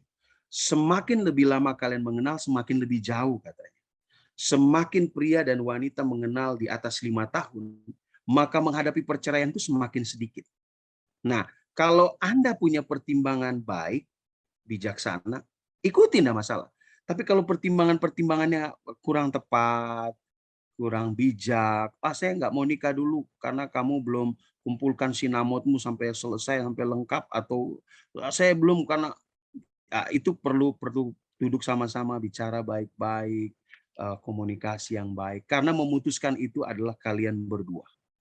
Kalau dalam hanya urusan menentukan kapan kalian nikah saja kalian tidak cocok, kalian berantem, apalagi nanti ngurus anak. Ngurus anak itu lebih ribet. Saya kasih tahu kalian. Ya, ngurus anak lebih ribet, ngurus yang lain lebih ribet. Jadi, mulai dari sekarang yang dibahas dalam pertemuan kalian dengan kekasih Anda, kualitasnya, kualitas langkah kita ke depan apa? Jangan cuma kamu udah makan belum?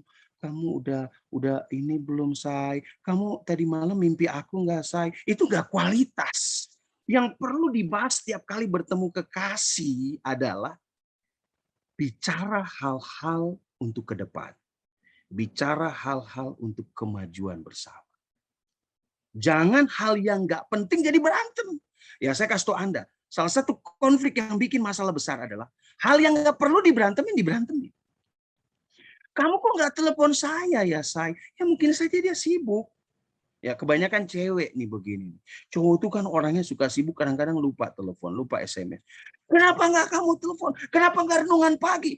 Jam 4 pagi harus ditelepon, renungan pagi, renungan malam. Ini nggak berkualitas lah itu. Jangan dibikin itu. Kalau ketemu bicara, untuk Anda usia 24, 25 tahun, yang Anda bicara adalah apa langkah ke depan? Bagaimana kita menghadapi papa dan mama kalau kita tidak disetujui? Bagaimana kita punya rencana pernikahan? Apa yang kita harus siapkan ke depan? Itu yang harus dibahas.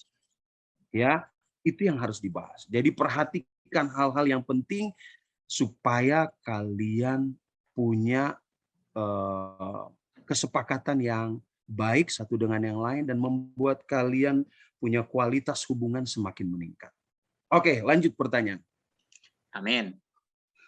Semoga yang bertanya boleh ini ya, dipuaskan. Pak Pendeta mau bertanya, untuk perempuan itu kan kalau di atas 25 umurnya katanya sudah terlalu tua untuk menikah. Tapi apakah harus selalu begitu? Terlebih jika belum menemukan yang cocok. Dan apakah waktu yang tepat ketika sudah married, kita punya keinginan untuk merubah pasangan kita, Pak Pendeta. Jadi sudah married nih, baru kita mau merubah pasangan kita. Atau sebelumnya kita sudah memang wanti-wanti dulu nih, Pak Pendeta. Baik, terima kasih, pertanyaan bagus. Kalau Anda merasa sudah dewasa sebelum 25 tahun, nggak ada salahnya Anda menikah. Istri saya menikah dengan saya umur 27, istri saya umur 25. Tapi ada yang saya lihat menikah umur 23, selesai tamat kuliah langsung nikah ada, dan mereka hidup bahagia, nggak ada masalah. Ya, sebenarnya bukan masalah umur juga. Kedewasaan kalian dalam berpikir. Nah, bagi mereka yang sudah lewat waktu belum juga menikah, tetap sabar, tetap minta petunjuk Tuhan, tanya Tuhan, jadi jangan siapa aja deh, yang penting saya nikah, jangan, nggak boleh seperti itu. Tuhan akan tetap kasih yang terbaik, minta petunjuk Tuhan supaya kalian tetap bahagia. Jangan ragu, jangan khawatir. Kalau kalian belum dapat, bergaul dengan lebih banyak orang, ikut Facebook gereja kalian, Facebook tentang pemuda yang belum dapat pasangan, pemudi yang belum dapat pasangan, dan saya dengar begitu banyak orang yang jodoh dengan orang-orang yang bukan hanya di Indonesia, orang-orang yang satu iman tapi di luar negeri. Mereka hidup bahagia.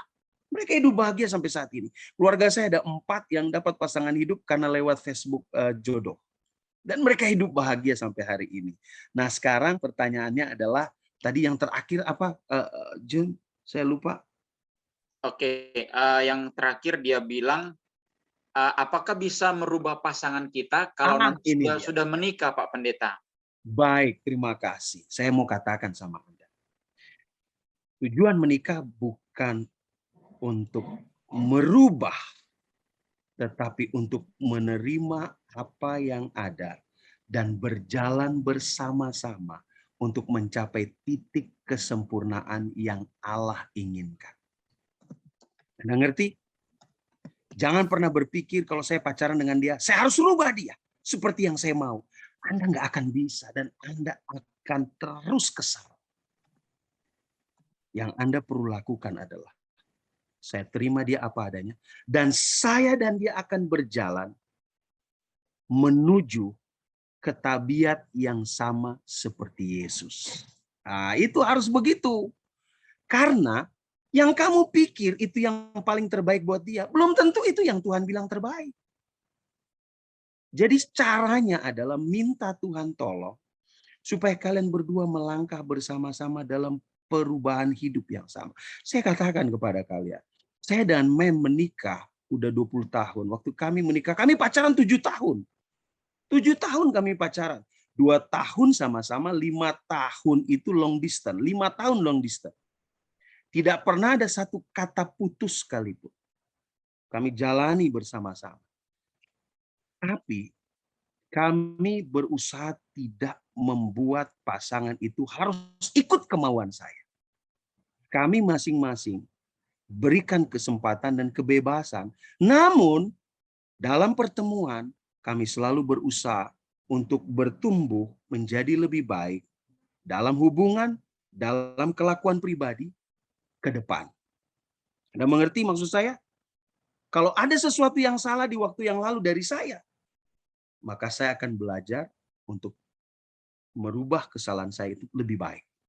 Kalau ada sesuatu kekurangan buat istri saya akan katakan ini jadi pelajaran untuk ke depan.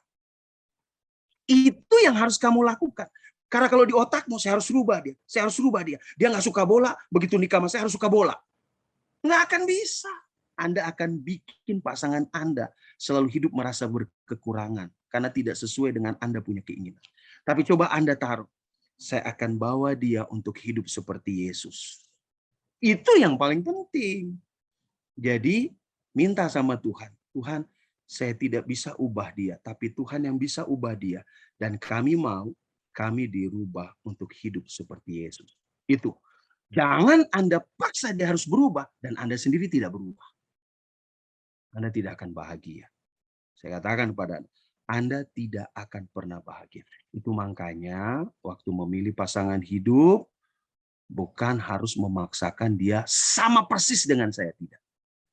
Bagaimana kami berdua berjalan menurut kehendak Tuhan. Itu saja. Oke, ada pertanyaan lain? Ada Pak Pendeta.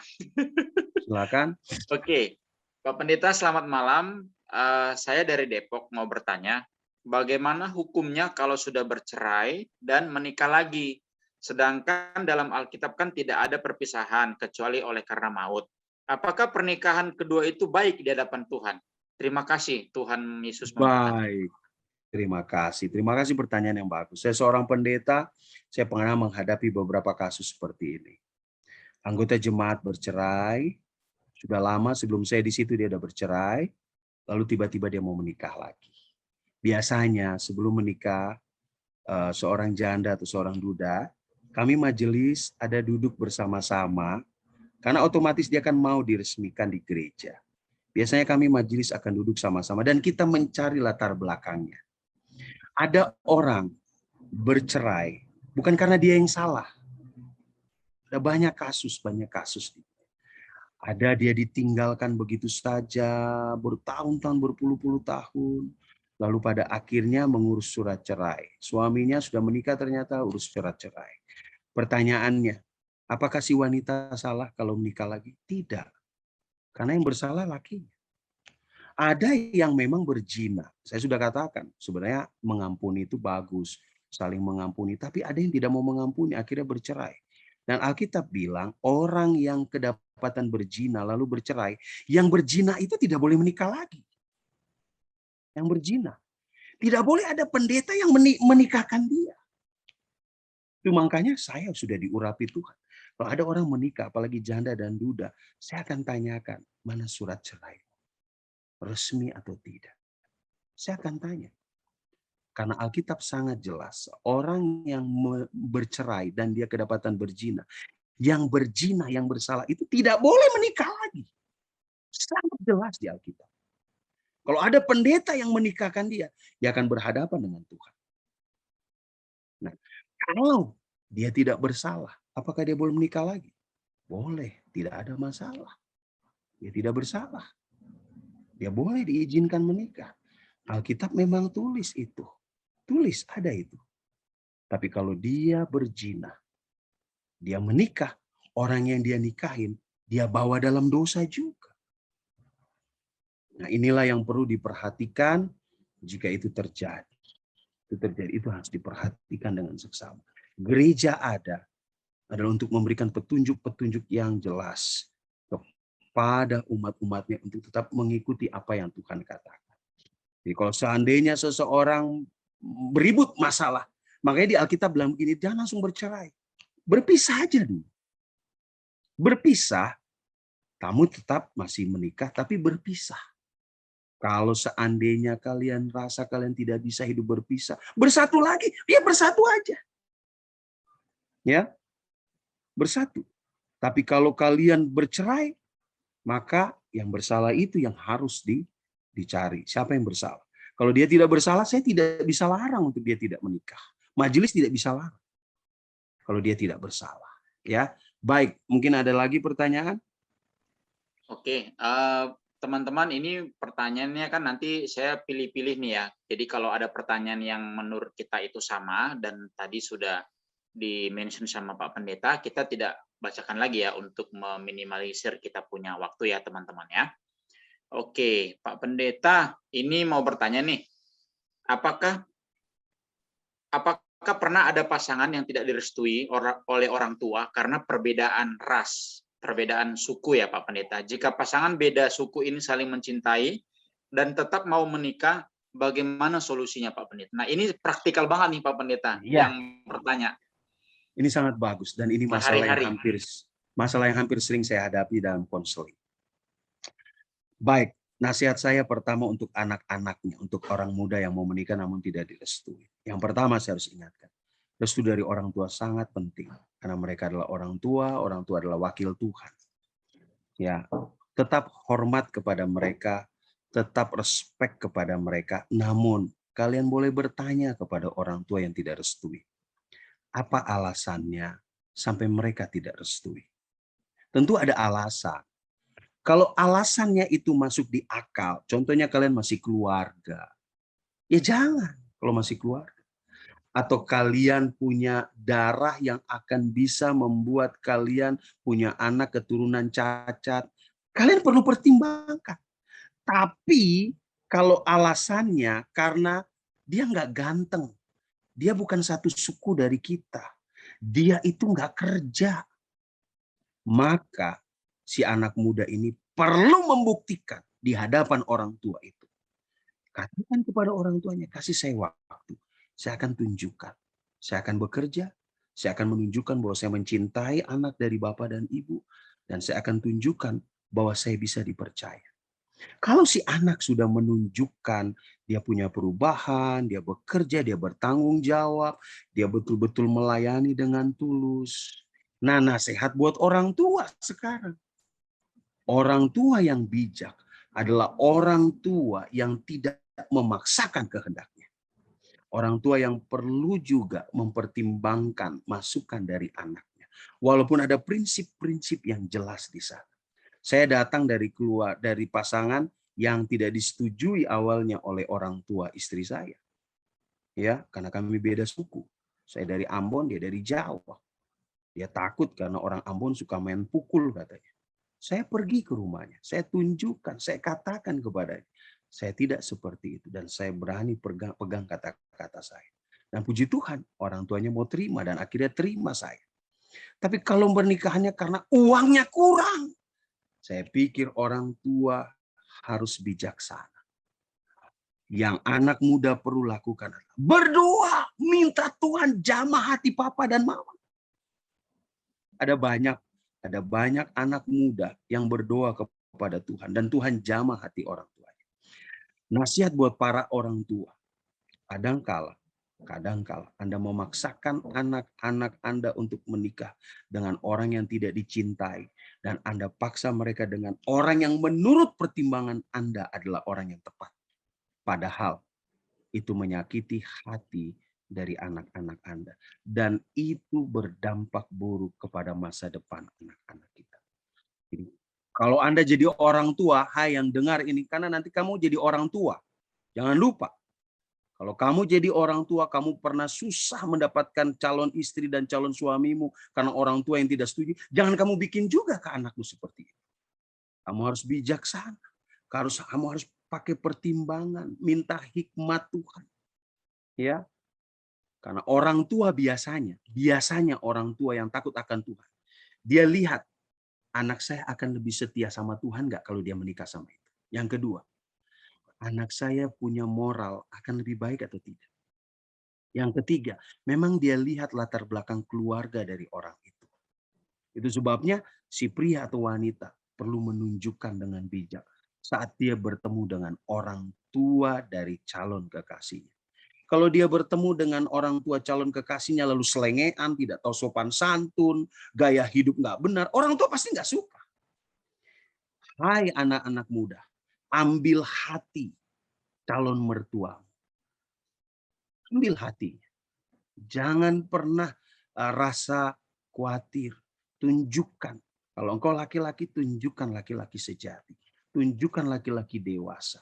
Kalau nggak bisa juga Pak Pendeta, serahkan sama Tuhan. Kalau memang nggak bisa, serahkan sama Tuhan. Kalau memang itu nggak bisa dipersatukan, saya selalu percaya. Kalau memang itu jodohmu, siapa yang mau larang? Nggak akan bisa dilarang kalau memang itu datang dari Tuhan. Tapi kalau memang itu bukan jodohmu, percayalah hai anak muda, Tuhan akan kasih yang lebih baik untuk kamu.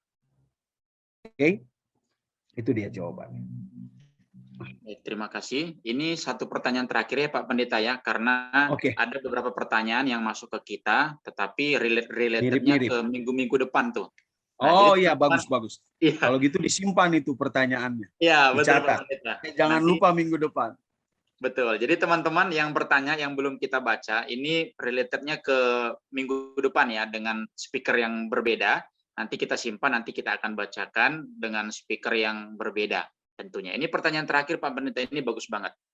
Kalau kita sudah menikah, sejauh mana batasan orang tua ikut campur tangan dalam urusan rumah tangga kita? Bagus sekali. Jawabannya adalah pada waktu kamu sudah menikah, orang nomor satu yang kamu diskusi, kamu bertanya, kamu minta pendapat, orang nomor satu adalah suami atau istrimu. Orang tua kemana, Sir? Orang tua jadi nomor kedua. Ya, nomor satu tentu Tuhan ya, lalu pasangan dan orang tua. Tapi orang tua hanya memberi nasihat. Dengar, orang tua hanya memberi nasihat, bukan perintah harus dituruti. Walaupun kamu tetap respect kepada mereka, tapi keputusan itu harus keputusan suami dan istri. Perlu nasihat orang tua. Kenapa? Karena orang tua punya pengalaman yang banyak. Orang tua pernah mengalami situasi menikah seperti zamanmu.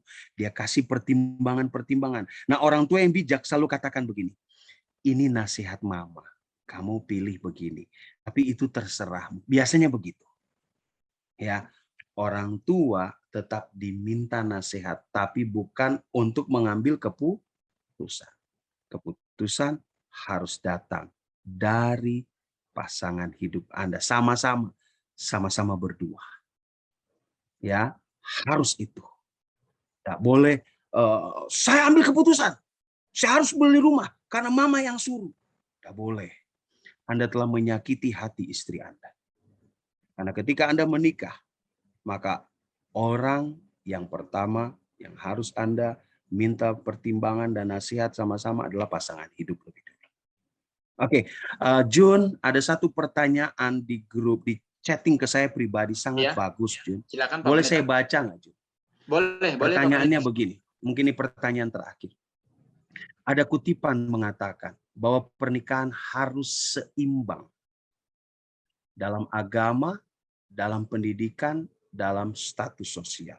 Baik, saya jawab. Seimbang dalam agama, dalam kepercayaan, saya setuju. Seimbang dalam iman. Itu harus, karena Alkitab tulis. Hendaklah engkau pasangan yang seiman. Pasangan yang seimbang. Tidak mungkin gelap dan terang menyatu. Itu sebabnya teman-teman orang muda, siapapun Anda, carilah pasangan yang seiman. Ya. Yang kedua, bagaimana dengan pendidikan? Kalau saya dokter, saya harus cari istri dokter.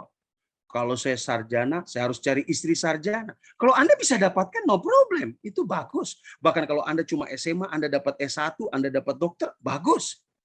Tetapi jangan jadikan itu menjadi standar. Kamu nggak S1, kamu masih level di bawah saya. Maka Anda akan dianggap orang sombong. Ya. Hal standar yang paling penting adalah dia takut akan Tuhan. Ya, mungkin dia berpendidikan itu penting. Berpendidikan itu penting. Dia tahu moral, dia tahu etika itu penting. Tapi yang paling terutama, tertinggi adalah takut akan Tuhan. Yang kedua, mengasihi pekerjaan Tuhan. Yang ketiga, dia menghormati orang tua dan dia mengasihi keluarganya. Dan yang ketiga, dia juga memperhatikan orang lain. Anda harus lihat itu, pertimbangan itu. Jadi, hal tentang seimbang dalam kerohanian itu penting. Hal tentang seimbang di dalam pendidikan, di dalam status sosial, itu urutan kedua dan urutan ketiga. Urutan yang pertama, seiman, itu yang harus paling penting. Oke, itu jawaban saya. Terima kasih. Oke, terima kasih banyak Pak Pendeta. Nah, teman-teman boleh... John, ya, kalau ada yang mau diskusi dengan saya, yang saya tidak bisa layani malam ini karena waktu kita terbatas, jangan ragu untuk berikan nomor WA saya supaya mereka bisa diskusi dengan saya secara pribadi. Nomor WhatsApp saya, nomor WhatsApp Indonesia. Ya, nanti saya kirim ke kamu supaya kamu boleh bagikan. Oke? Oke, Pak Pendeta, terima kasih. Oke, teman-teman boleh typing di kolom chat ucapan terima kasih kita ke Pak Pendeta dengan say amen. Jadi kita merasa terberkati sekali ya teman-teman pada malam hari ini dengan topik yang begitu luar biasa yang tentunya kita imani bahwa ini adalah berdasarkan biblikal dan kita berdoa kepada Tuhan agar ini boleh menjadi berkat buat kita semua ya. Mungkin teman-teman semua ada yang sedang mencari pasangan hidup ya. Jadi kita harus benar-benar doakan dengan sungguh-sungguh. Oke, Pak Pendeta, kami mengundang Pak Pendeta untuk boleh pimpin kita dalam doa tutup. Jun, sebelum berdoa, ya, Pak bagi teman-teman yang mau belajar Alkitab, ada grup belajar Alkitab yang Anda bisa ikuti kalau Anda mau. Itu namanya grup, saya share sebentar. Sebentar aja. Ini dia, belajaralkitab.id. Anda boleh ikuti di sana karena di situ juga ada nasihat-nasihat untuk kita, untuk orang-orang muda, sangat bagus. Kalian boleh bergabung di sana dan bisa belajar Alkitab bersama. Baik, mari kita sama-sama tunduk kepala, kita bersatu dalam doa. Tuhan Allah Bapa kami di surga, terima kasih banyak. Hamba boleh bertemu dengan anak-anak muda yang takut akan Tuhan, yang meluangkan waktu hadir di Zoom ini untuk meminta petunjuk dan nasihat dari Tuhan, mempersiapkan mereka untuk pernikahan di masa yang akan datang. Mereka butuh pertolongan-Mu. Mereka memerlukan Roh Kudus memberikan hikmat akal budi buat mereka. Saat ini, jika ada di antara mereka yang sudah punya pasangan, Tuhan berikan hikmat akal budi kepada mereka untuk menjaga pasangan yang sudah ada ini agar bertumbuh bersama-sama dalam hubungannya Dan jika Tuhan kehendaki mereka naik ke taraf yang lebih tinggi dalam hubungan ini, Tuhan berkati, Tuhan tolong, Tuhan berikan kuasa dari surga. Namun jika ada di Zoom ini yang belum sampai saat ini memiliki teman yang lebih dekat, Tuhan yakinkan kepada mereka, jika mereka betul-betul takut akan Tuhan, mereka bersosial dan melayani pekerjaan Tuhan. Mereka mau bergaul dengan orang-orang yang lain yang takut akan Tuhan. Mereka melakukan apa yang terbaik yang mereka bisa lakukan selama masa muda mereka. Tuhan akan tolong mereka. Tuhan akan sediakan yang terbaik untuk mereka menjadi pasangan hidup mereka di kemudian hari. Malam ini Tuhan, biarlah segala nasihat yang sudah kami renungkan, yang kami pelajari, kami ingat itu, kami renungkan dan kami aplikasikan dalam hidup kami. Izinkan hamba-Mu mengangkatkan tangan, dan tangan yang tidak kelihatan itu ada di atas kepala anak-anak Tuhan ini. Saudara-saudariku, jika malam ini engkau telah mendengarkan pekabaran firman Tuhan, dan engkau melakukannya, Tuhan akan mengangkat engkau di atas segala bangsa. Segala berkat-berkat ini akan datang dan akan menjadi bagian. Diberkatilah engkau di rumah, diberkatilah engkau di jalan, diberkatilah engkau di tempat engkau bekerja, diberkatilah engkau di tempat engkau menempuh pendidikanmu. Tuhan akan memberkati keluargamu. Amin. Tuhan akan memberkati buah kandungan. Amin. Tuhan memberkati dapurmu, hasil kebunmu, hasil ternakmu, segala usaha pekerjaan tanganmu. Situasi ekonomi dunia sangat sulit. Namun mereka yang percaya kepada Tuhan, Tuhan akan buka tingkap langit. Dengan berkat itu engkau akan memberikan pinjaman kepada banyak orang. Dan engkau sendiri tidak meminjam apa-apa. Tuhan akan mengangkat engkau menjadi kepala dan bukan ekor. Dan engkau akan terus naik. Tidak ada lawanmu yang akan menjatuhkan engkau. Karena ia sendiri yang akan berdiri di depanmu, di sampingmu, di belakangmu. Dan matanya akan terus mengawasi engkau. Tuhan akan menjauhkan engkau dari segala penyakit yang ia pernah kirimkan kepada bangsa Mesir. Dan jika ada di antaramu yang sakit, ia berjanji, ia akan menyembuhkan engkau. Semua berkat ini akan menjadi bagianmu, hai anak-anak muda. Jika engkau takut akan Tuhan, menuruti segala perintahnya, dan tidak menyimpang dari segala ketetapan-ketetapannya. Tuhan memberkati dan melindungi engkau. Tuhan menyinari engkau dengan wajahnya dan memberi engkau kasih karunia. Tuhan menghadapkan wajahnya kepadamu dan memberi engkau damai sejahtera. Kasih Bapa, kasih karunia Yesus Kristus dan persekutuan Roh Kudus menyertai seluruh umat-umat Tuhan dan pengurus di dalam ministry ini. Mulai dari sekarang sampai Maranatha. Mari kita semua yang percaya di dalam nama Yesus sama-sama katakan. Amin. Amin.